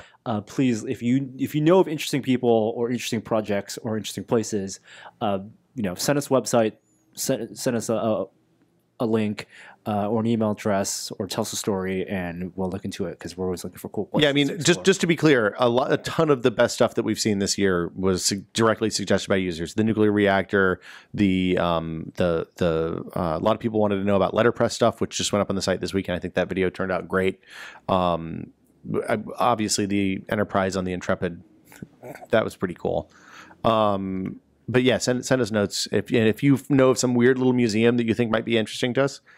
Point us in that direction. We'll go over and check it out. The nice thing about this change is that we actually have budget to travel and go find cool stories. The only now, requirement is that it has to be awesome. Yeah, I mean, it has to be super awesome. We'll shoot it down instantly if it doesn't seem awesome. So do a good job selling. And I'm excited about what we have coming next year. We have a lot of good stuff planned. And baby stuff. I'm going to do a lot of baby shit next year because that stuff is terrifying and nobody does a good job with it. I think that's it. Do you want to let's play some music, talk about what we've been testing a little bit, and then we have a couple questions and we'll get some lunch.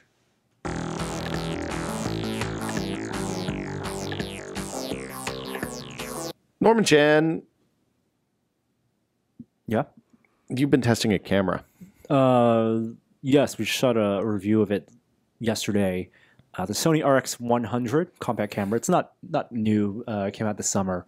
I think around August. It's new to us. But it is a high-end compact camera. Expensive. Point and shoot? Point and shoot. Okay. And it is quite good. Quite good. And I hope... and the people I've talked to at Sony and at Canon, they all know that the point and shoot business is on steep decline. I mean, just to be clear, when I was looking for gifts, you can get what looks like an okay point and shoot for like $75 now. Really, really cheap. Most of the point and shoot sales come in the holidays because they are stocking stuffers, and some people love getting. Hey, look, it's a 12 megapixel camera that I can take on vacation. But a lot of people are also using their phones as cameras in that same market. Yep. But what we are seeing the rise of premium cameras, where people are actually caring about photography because of things like Flickr and because of things like Instagram, and so having a high quality camera in a small, compact body is something to be grateful for. It's a trend I hope will continue. So it's kind of expensive for a point and shoot. It's like $600, but it produces photos that seem to be pretty comparable to like our mirrorless cameras. Maybe not quite as good, even but as close enough. Yes, and far and away better than what you'd find on iPhone. We talked about this a lot in the video, so I don't want to get into it too much. But I mean, you think what do you think the market is? Like, who's buying this? Who's buying a $600 point and shoot? I think the upper middle class, okay, family cameras. So you think it's a camera that both kids and a family can share. Okay, seems good. I spent the last couple of days learning about Lego CAD and Lego design tools. I've been trying to build something. I've been trying to build a couple of things for a while, and I was drawing them on paper, and I got pissed off and frustrated with this weekend. So I downloaded a whole bunch of Lego. It turns out there's a big community of people that are building tools that use this LDRAW spec, which is basically a Lego. It's both a file format for Lego design files and also like a complete index of bricks that are available that Lego's made over the years. Lego has an API. It's not Lego's; it's third party, but kind of an API for Lego it's not really an API, but yeah, for all intents and purposes.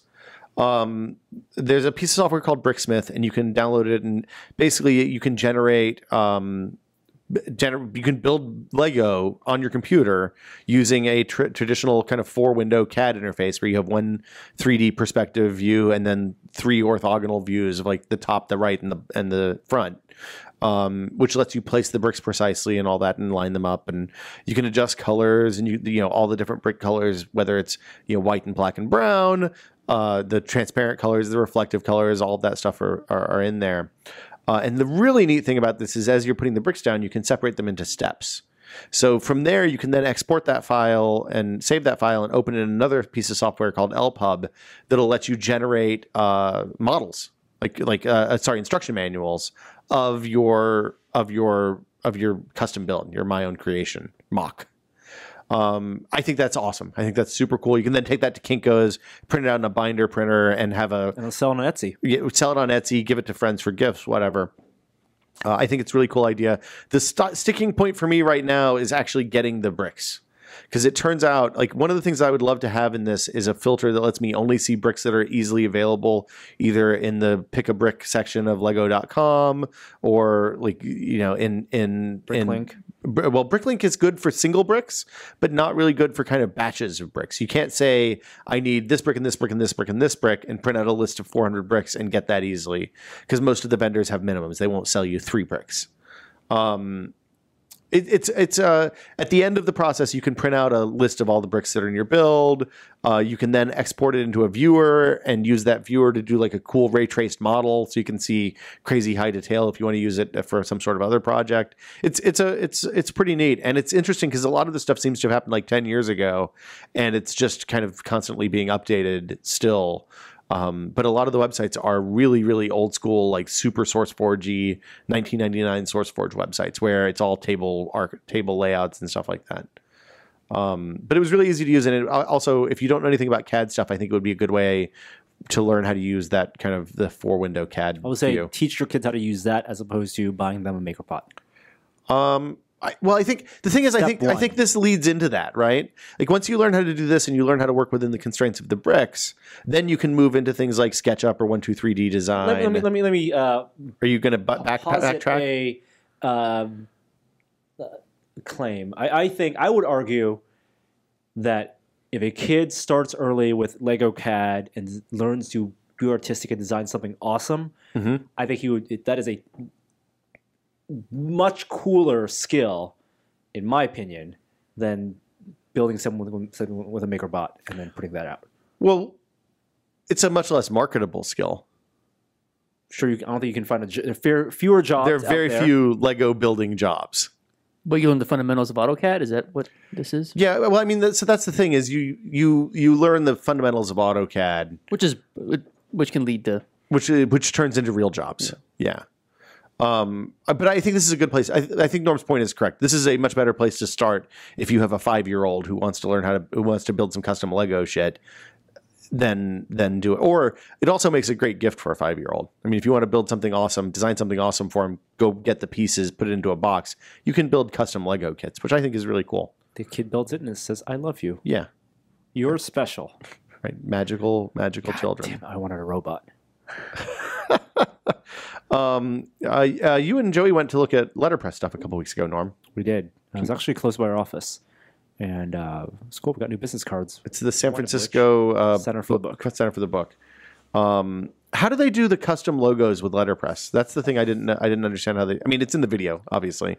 So if you have something that's a vector logo, you can send it to any Letterpress shop, and they will turn that vector. They will print out a negative or have that sent to a photo company, so you get a negative, like a photo negative, and then expose that using machines onto polymer.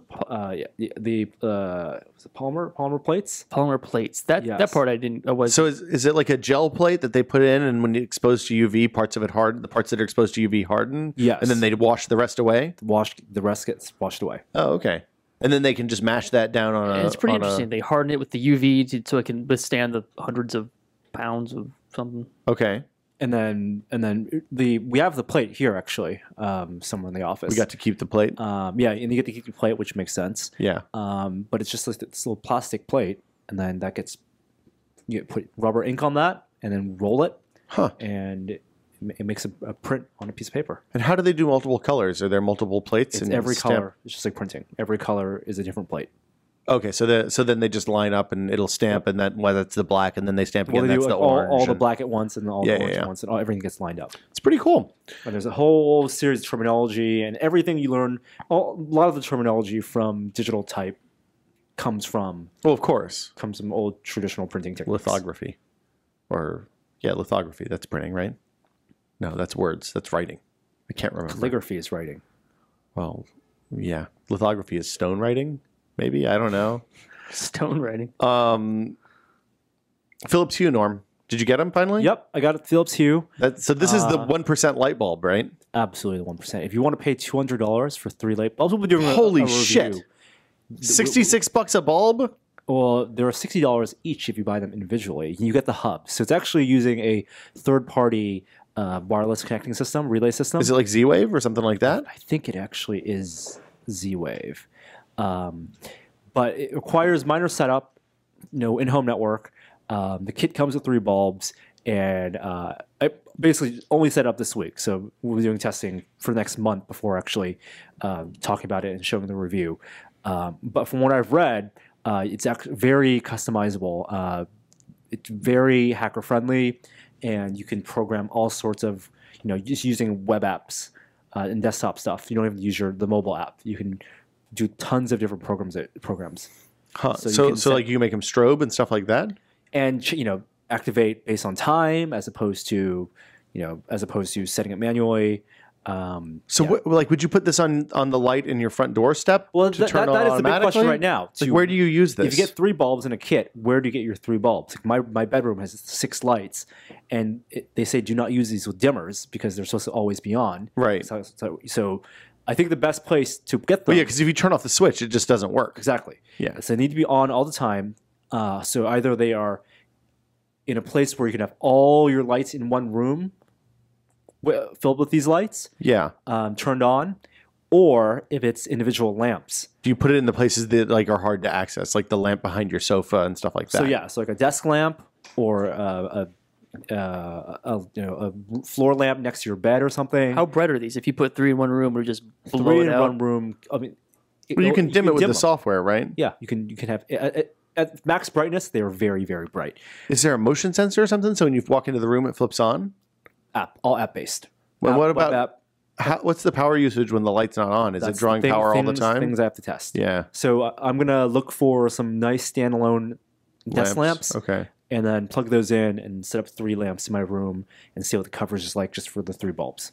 There you go. It's super interesting. $60 a seat is really expensive, but as always, But those costs come down as hopefully they build do more, come down. if it gets popular. I think if it's 3 bulbs for $100 makes a little more sense for that type of customization. It is totally unnecessary, for most people.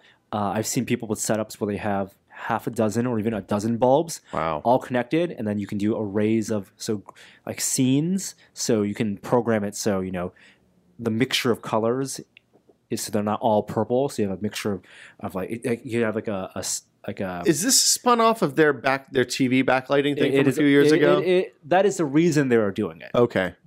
but it's not the same technology. Because they had a thing where you could backlight your TV and it would show colors from the movie. Oh yeah, or video that you were games. watching, I or video remember games, they were yeah. doing that Star Trek game, and they wanted to when you got red alert, The whole living room flashes red. The room would change color to red. God, that's based on kind the of game. awesome. I mean, it sounds really dumb, but I think it would be awesome in the real world. If like the klaxon goes off and starts flashing red alert, you're like, oh shit, red alert. Yeah, I don't That'd know. be rad. Put a D-box in your house. And Yeah, you're set. exactly. Basically, that's what with the software and with enough programming and hacking, you could have that. How's the app? The app, It's not Z-Wave, by the way. It's something proprietary. It seems like. the app is not great. I'm getting connection problems, even though my phone connects perfectly fine to my Wi-Fi network. Your Wi-Fi kind of sucks in your house, though. I'm like my room. I'm You're good. 10 feet away from the Wi-Fi. Okay. 10, 15 feet away from the Wi-Fi. So I'm gonna try fiddling with that, but we will have a review next year. Yeah, probably after CES, I assume, right? Just so people around there, people are yeah. going to ask. Yeah. Okay, I guess that anything, Joey, you've been testing. You want to talk about? You good? You're getting ready to test something new. We're excited about that. It's in a box next year. Yeah. It's in a box. We'll talk about that next year. All right. I'm going to play some music, and then we got a couple of good questions this week, so we'll play them. Emails? Well, but we do the other one. Emails. Because it's, we don't do emails. We do Emails? No. Questions? Boom. If you have a question for This Is Only Test, the email address is podcast@tested.com. Keep it under 45 seconds. Keep it short. And make sure it sounds like the podcast when you listen back to it. It doesn't sound like you're being run over by a herd of ibises or perhaps being eaten by a Komodo dragon. Here is our first question. Hey, Tested Crew. This is Scott Lumsden from Marne, Michigan. My question is about iTunes, or more specifically, not using iTunes. Often on the podcast, you talk about how poor iTunes is as a piece of software. So my question is, what do you personally use to manage and maintain all of your music, podcasts, and movies? Finally, a would you rather taken from Giant Bomb. In a battle to the death against a person of equal size and skill as you could either choose an aluminum baseball bat or a serrated combat knife. Knowing the other person gets the other weapon. Which do you choose, bat or knife? Thanks, and always be testing. Bat. Range. It's all bat. You need range. And in this situation, you are fighting yourself.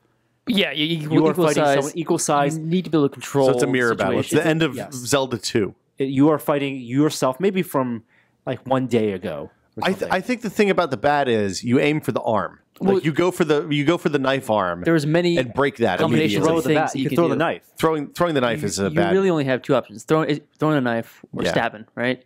But a serrated But combat I think- knife, like a Can K-bar. you, if someone threw a knife, if you threw a knife at yourself at maximum velocity, How far apart are we? Where do we start? Are we 10 feet apart? Or are we 5 feet apart? 10 feet apart. I don't think you could deflect that knife. I don't think I can deflect. I don't think I would be able to maybe deflect it. I don't think I could throw a knife that good if I'm fighting myself. But then if it would have hit me, I don't think it would hit me to a fatal point. Like You don't think so? No, I think it would stab me, and I would be pissed and hurt. And then now they now you have have no a knife- now you have now a I have knife two and a weapons. bat. Yeah. Yeah. You can just do you pull something the knife out of your chest, then you knife I don't in the know. left You hand. kind bat of in the want right? two hands of the bat. Two hands of the bat. What kind of knife is it? like a serrated serrated like a combat. K-bar, I assume. Yeah. Bad. I mean, bad. The bat is like I can see why you might think the knife would be good if you can close real fast and get in with the knife. You can do a little bit of slashing work. But You have one thing with the knife. You want to run, charge right at the beginning, and then that's your use of this one move. the thing is though, with the bat, if somebody comes in and aims high and you duck, you get under the bat and up inside, you can go straight for the femoral artery. They'll go down real fast, like 3 minutes. And then you're killing yourself, and then you get psychological trauma for the rest of your Well, it's like Looper, right? Isn't that how that works? As for iTunes alternatives, I don't use any alternatives. I use iTunes. yeah, I don't use iTunes. You don't use iTunes, so what do you use? I have iTunes Match on my computer, so I uploaded my music once, and I've never set it up again. Like to listen to music on my computer, I use Rdio. I'm happy to pay $5 a month or whatever it is for $10 a month? Well, I don't pay for the app anymore. What about podcasts? You don't pay for the app? No, I'm just listening on my computer because I listen at home most of the time. Wow. And I'm piping it straight out the stereo. So I use iTunes for music and podcasts. What do you use for podcasts? So for podcasts, I just have an app on my phone, and that app changes all the time. Right now, I'm still using the Apple official app, which has improved greatly over the last 3 months. It's still not great. Instacast, Podcaster. I don't like the new version of Instacast. That's why I switched over to Podcaster. That it deletes your podcast once you're done listening to it? I'm fine with that. It was that it never download, and that they were never downloaded when I tried to listen to them. I always had to download them over cellular. Well, it sucks for you because you have bandwidth. No, I don't. Limitations. I looked at the bandwidth we use. So the most bandwidth I've used since we got the phone, other than the month we were in New York, is 265 megs for me and You 125 don't use for the Gina. internet that much. I'm always on Wi-Fi. I'm always either at home or work or in the car between. So yeah, that's what I do. 7.1 gigs downloaded. Wow. That thing's a bad indicator. Well, it's since I got the phone. Oh. So in Since 2 to 3 months. Yeah. And so I exchanged the phone back. So a month later, so in 2 months. What do you use, Norm? Do you use iTunes to sync music over? I do not sync music over because I pay for Spotify. But to organize my music, I use iTunes. Yeah, I kind of have given up on organizing my music. Once I upload it to Match, they're going to get my $20 a year from now on, or whatever it is, $25 a year, whatever it is. 25. Google announced a new music, like a matching service as well. It's free. I haven't tried it yet. I'm going to download the new client and try it this week, though. And we have one more question. This is a written question. We don't do these very often, but it's a really good question. So Tyler says, "Hey, tested crew, I just watched Rachel Maddow rant about using a 3D printer to create a plastic lower receiver to a semi-automatic rifle. Do you think this is a real problem, and should 3D printing be regulated or DRM'd?" We've talked about this a little bit in the past, but basically the reason this is coming up for obvious reasons. But the reason they asked specifically about the lower receiver, which is I think the part of the gun under the barrel connects to, and it basically does like the feeding of the round into the chamber, and it has the trigger and that kind of stuff on it. And it's the part that the government considers the gun. Like if you disassemble all the parts of a gun, the barrel and the stock and the sights and all that stuff aren't guns. The thing that matters is what's called the lower receiver. And a couple of people have 3D printed them in the last 7 weeks. They don't work very well when they're 3D printed because it turns out Not just now, though. guns are made of metal for a reason. Yeah. I mean, not just. I think 3D printing, because when you say 3D printing, you think additive 3D printing, MakerBot, and that's similar technology is what they're using now. But CNC, Yeah. CNC guns. Well, so anybody with a mill can make a lower receiver for a gun if they're a relatively skilled machinist. The thing that's scary about this, and if you have a CNC mill and you have the right files for it, it's much easier. The thing that's scary, I think you also need a drill press for what it's worth. The thing that's scary about 3D printing is the idea that it works like a normal printer. You download a file from the internet, you press print, and 3 hours later you have a lower receiver for an AR-15. And we are closer to more people having 3D printers, consumer 3D printer, consumer grade 3D printers in their homes than we are people having mills and presses. Oh, absolutely. The difference, though, is that you're not going to be able to print on a consumer grade printer. You might print at a lower receiver that'll let you fire a couple of shots, but that seems to be it at this point. This all sounds horribly dangerous. CNC, does it shoot straight for a couple of shots, or I mean, you're not gonna get any? It's unclear. I mean, it seems like they're real prone to jams. The question is, in the perfect world where those receivers 3D printed worked for a dozen shots accurately, should that be regulated? I mean, I think so. I think the problem is that the federal government considers that part of the gun the gun. I think that if we considered barrels the part of the gun, a barrel is something that's much harder to 3D print because the heat and the forces involved in firing a round out of it. So if we were regulating barrels instead of the lower receivers or bullets, it's a completely different thing. Or bullets. Realistically, where we are right now, 3D printed guns are not something to worry about. Like if you're going to stay awake at night worrying about things, worry about proliferation of guns elsewhere, of real guns. 3D printed guns are not a sizable threat. That said, things can change in the future. I don't think DRM is the solution though, because it's easy. We know where DRM fails with music, right? And how easy it is to bypass DRM with music. If you rely on something like DRM, like a DRM-like technology to keep people from printing this stuff, you're going to have much bigger problems than.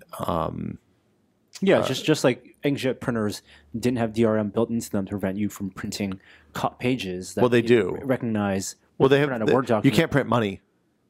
Like literally, you can't print money. Well, that's because of the materials. No. Like there are printers that will let you will recognize that it is a bill and not let you print it. If I scanned a $100 bill and tried to print it with an HP printer, well, so they stopped doing it because it didn't work. Was the problem? Yeah. And then they went to just printing, adding a specific ink pattern and an invisible ink.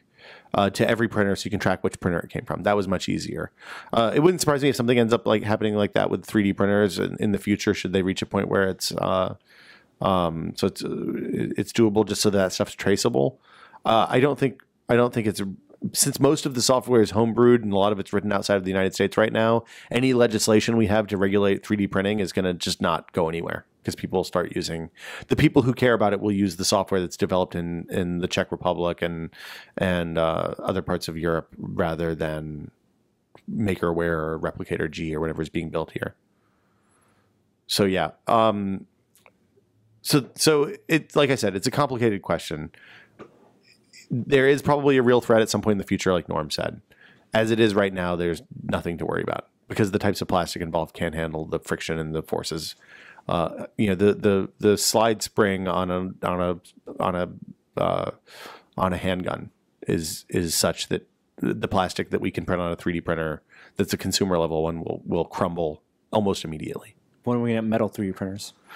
It's a whole different. You think about the problem with scale there, right? So right now, to print ABS, you print at about 220 or 230 degrees Celsius, which is pretty hot. Much hotter.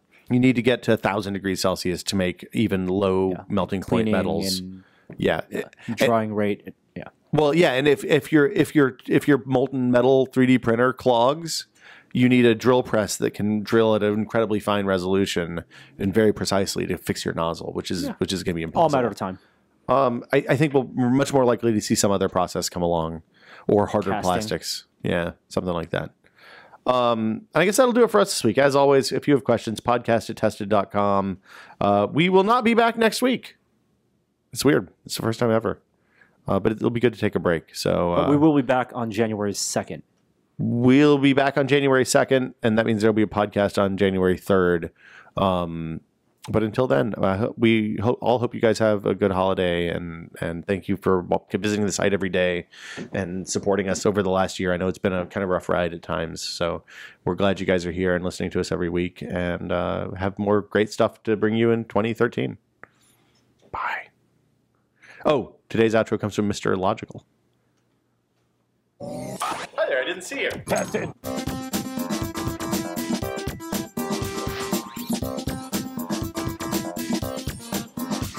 I'm not used to the podcast having this much actual content. It's usually just shit filler. Tested. Ladies and gentlemen, Gary, we miss Gary.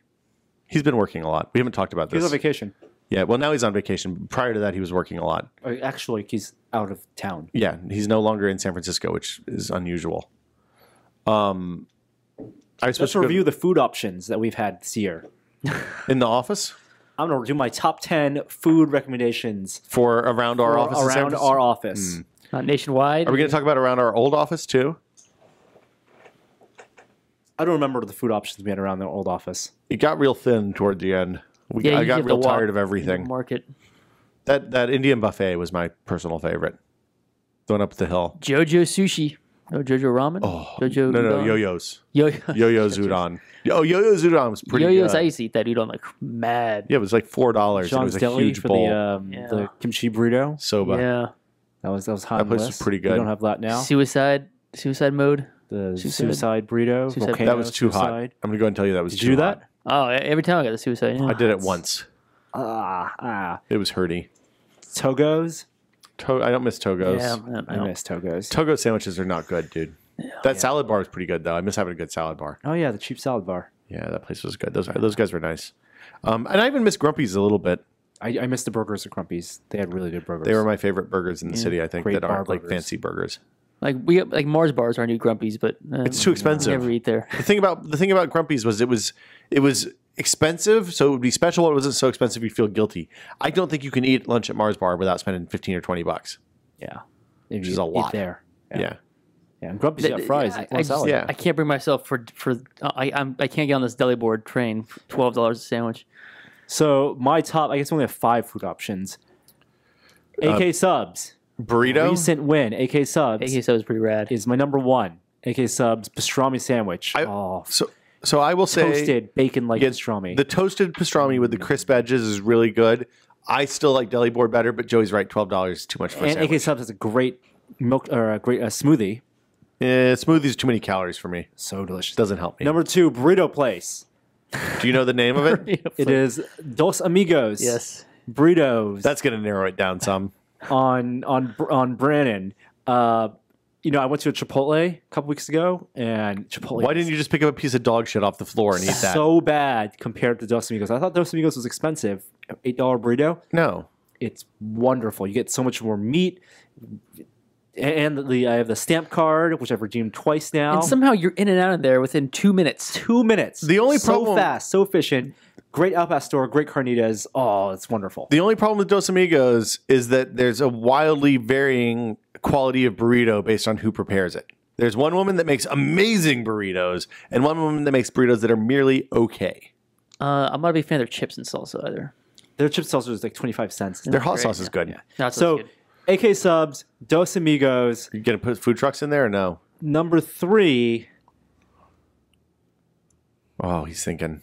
I don't know if I've eaten at that many places. I enjoy. I had about 4 or 5 of their sandwiches, but that Market and Rye place. Market and Rye is good. I haven't been there once.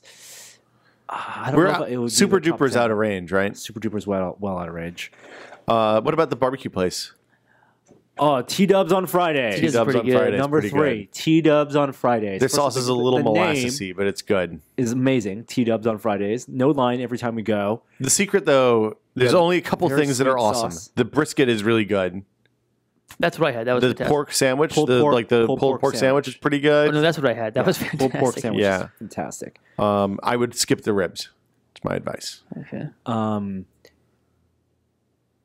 God, what are the other places we eat lunch at? Dude, you eat burritos every day. I do eat burritos. Yeah, You're yeah, lucky yeah. that you don't weigh like 300 pounds. I usually 'Cause bring if I- food in. If I ate burritos like that, I would be a lot heavier than I am today. I like Trader Joe's as an option close by. It's something we never really had at the old office. It's safe. Well, we have the food truck cart park, but we never so go there. yeah, we It's have too that really far. cool Like yard Costco. of food trucks. But Yeah. yeah, it's just a tick too far. A little bit too It's only like 4 blocks, but they're south of Market blocks, so they're like a long quarter of a mile yeah. each. And you have to go into the freeway Yeah, still. just barely though. I like deli board. I don't care what you guys say. Those sandwiches are awesome. They are good sandwiches. But it's a special treat. It's not a daily option. It is I think the last time especially was left a bad taste in my mouth because it was such a small sandwich, and I realized that I just paid like $12.50. Have you been to the Custom Burger? Have you either of you gone there? No, I keep riding my bike past that place. The Holy and- Grill is the burger place close by. And That's by across from Zynga, right? Yeah. Okay. And I like that place. Not bad either. Have And you then number 5, I'm going to throw in the place we just tried today, the Vietnamese place, because those banh mi's for $3.50 each. I are like some wonderful sight deal. glass. Sometimes I go there for breakfast in the morning. Have you guys Sight glass tried coffee. that? There's that diner right across from us. That's Yeah, attached. has I went there one morning. It's just Greasy Spoon. It's good. It's like, so like generic. dude, there's nothing wrong with diner food. You don't like Denny's and you don't like generic diners. What the fuck do you want out of a Greasy Spoon diner? I'll make my own bacon and eggs in the morning. Toast my own toast.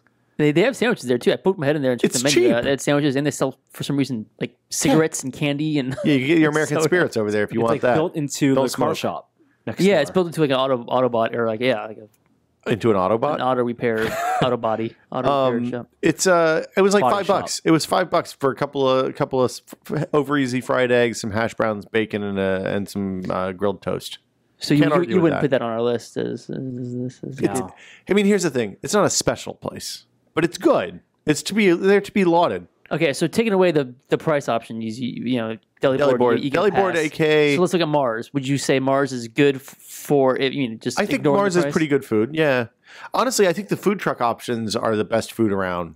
Like they're usually a little bit overpriced. Yeah, those can get pricey. But that the place that we ate the other day, that Kuntz and I got, I can't remember what we got now. It was the Chairman Chow bun. Oh yeah, the Bao. pork bun Chairman place, Bao. Chairman Bao. Chairman Bao. Yeah, the steamed pork buns, the pork belly buns from there are bomb. They are really fucking good. I love a good pork belly. Now there's good with the bad with the food trucks because I got sicker than I've ever gotten in my life eating food from Wii Sushi. So thanks, guys. I enjoyed laying on the floor of my bathroom Also, Friday some morning. of those places have really racist names. Most of the Asian food ones do. I mean, Chairman Bao is borderline racist. There was one, the Kung Fu Tacos is the one that you really don't like, No, right? there's another one I really don't like. I forget its name. I kind of wiped it by my memory. Sam's Chowder House. If you want a $16 lobster roll, if you're going to eat an expensive ass sandwich for lunch, that lobster roll is pretty good. And their shrimp po' boys ain't bad. Shrimp po' boy's good. Chowder's okay. I had a fish taco from there that was really good too. That's where Kuntz and I went the other day. We walked to Little Skillet once. Little skillet. Oh no, we went more than once. Chicken and waffles. Gina and I come there. From You know, here. they're open on Sunday morning They now. are open on. No one's there on Sunday. Gina and I go on Sunday mornings. It's a fairly regular stop It's if a- we're it's- like coming it's to the a- city. It's a free parking. Well, no, you have to. It's still paid. No, Oh well, it's Sunday not. morning it's free. Saturday morning Yeah. you have to pay. But you can park there as long as they're not a ball game, real easy. And that place is that's my favorite food in the area actually, because the chicken and waffles are great. I think it's the best fried chicken I've had in the city. But the rest of it is also awesome. Their po' boy is amazing. Sandwiches are really good too. They need beignets. That coffee shop next door is pretty good. Beignets, the crawfish beignet at Oh, crawfish beignet. So good. It should be beignets should be sweet, not savory. No, so good. It's at Brenda's. It's just fried dough if it's savory. It's a hush puppy. Fried dough inside crawfish. Oh, so good. That sounds pretty good. I do like crawfish. That's a hush too. puppy. What you're describing, not a beignet. They call Beignets it need beignet. powdered sugar on the top. There is powdered something on top. Fuck those people, monsters. What's the best meal we had while we were traveling this year? We ate out a bunch. Joey's. Joey's the Joey's Italian joint? Or what was no, that? no, no. Oh, Joey's. Yeah. Joey's. Where was Seattle? the bar? Portland, Oregon? No, it was Bellevue. It was Bellevue. Remember we Bellevue. we right ran in before there? yeah, Joey's. The place we went late at night? No. The place that had like, it was right across from Valve. Was it right after Modern Cuisine shoot or Right before. right before? Right, the place across from Valve. Across from the coffee? Hyatt. No, Joey's, no. the It was restaurant. kind of a classy bistro. Oh, it was in the mall, or it was next door to the Next mall. door Yeah. to the mall. That place was pretty good. It was. I only vaguely remember I that. can't remember what I got, but I was very indecisive. Did I Or- drive that Super night? indecisive. I think you got short ribs. Oh yeah, that. Oh, it's the place we ate with Chet that time. Yep. That place was pretty good. I think the best thing we had this year was Vegas. the Vegas, the buffet. I mean, not the buffet, the Thai The place. Thai, yeah. I don't Lotus think of Siam. we can't count that. That wasn't the part of the new test did. I think the burger place in Vegas at the Cosmo. Burger place. No, that place wasn't. That was fucking. pretty good. Dude, pretty good. That was what's his name? That was the guy with frosted tips in the Camaro. No, it wasn't. That was that kind of food. Guy Fieri. Guy no, it was Fieri. not. No, Guy Fieri. It was Guy Fieri food. What's the place called? You guys got a milkshake Cosmo. that you They have were- like milkshakes. That milkshake was pretty amazing. amazing burgers. You just like that because we saw the Back to the Future shoes immediately afterwards. I really enjoyed the bar dinner we had at San Diego right before Adam's show. Oh, that was a good. Yeah, like we just went and got a bunch of heavy got that- appetizers. Yeah, at with that nice place. flatbread and the That was really good. The one with the sangria with the sangrias, infusions. Yeah, that was good. Fusion sangria. That was before at a Adam's bar. party, not before the WootCon. That Oh, was before Woodstock. Woot. No, Woodstock. We went to that other bar, the dingy bar. The place, the sangria bar, the was the tacos. second night Oh, yes. I was there. Okay. We had some good food in New York. The fucking halal cart. I can't believe you're not talking about the halal cart or the Momofuku pork buns. Oh, New York is its own thing. Momofuku pork buns. New York is its own wonderful, magical like time. when I get a Virgin alert, it's like you can fly to New York for $150 if you go in the next 3 days. I'm like, I could get pork buns. I just have to find someplace to stay. $150. Yeah. Those alerts, when you see, like, those make me wish I didn't have a real job. When I see those come up, because I'm like, man, $150, I would totally go to New York for the weekend on a $150 or $200 fare. You don't see them very often, but just every once in a while. The Momofuku, that halal cart, I can't believe I ate that whole giant bucket of meat. That was amazing. We thought you might be dead when you went out to get that. And I didn't come back for a long time. It because the took you trains were all messed So up. long. yeah. It's very good. I guess that was it. Pastrami sandwiches. I've had a lot of pastrami cats. Yeah, Cats cats is Deli. pretty killer. That Cat's Deli converted me into a thick pastrami believer because up to that point I was a Carnegie's super thin but lots of slices. Thick cut, really fatty, nice and soft, real warm. It makes me want to learn how to cook pastrami myself. The best sandwich in the world, best sandwich in America in Philadelphia. I had that. Well, that wasn't with us. We haven't been to Philly as a tested No. unit, right? I love Philly. We need an excuse to go to Philly or Boston. We should go to Boston if we're going to go someplace or Chicago. It's been a while since I've been there. Go have some thick pizza. The ice cream at Smitten. Yeah, After the good. kid baby classes, I we went would by always there stop there and and get The ice cream. mint. If you ever get their mint ice cream, it's so good. I had the It's so pumpkin fresh. pie. That was really Pumpkin good. pie is excellent. I had vanilla with mint sauce the other day. That was good.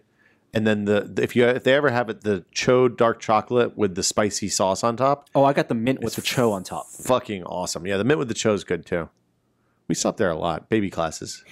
Baby classes, it turns out, end just in the right time to sneak into Smitten just before they close. Yeah. So everybody here for the holidays? Going? Any traveling? A little bit. Monterey I don't live far enough away from Oh. family.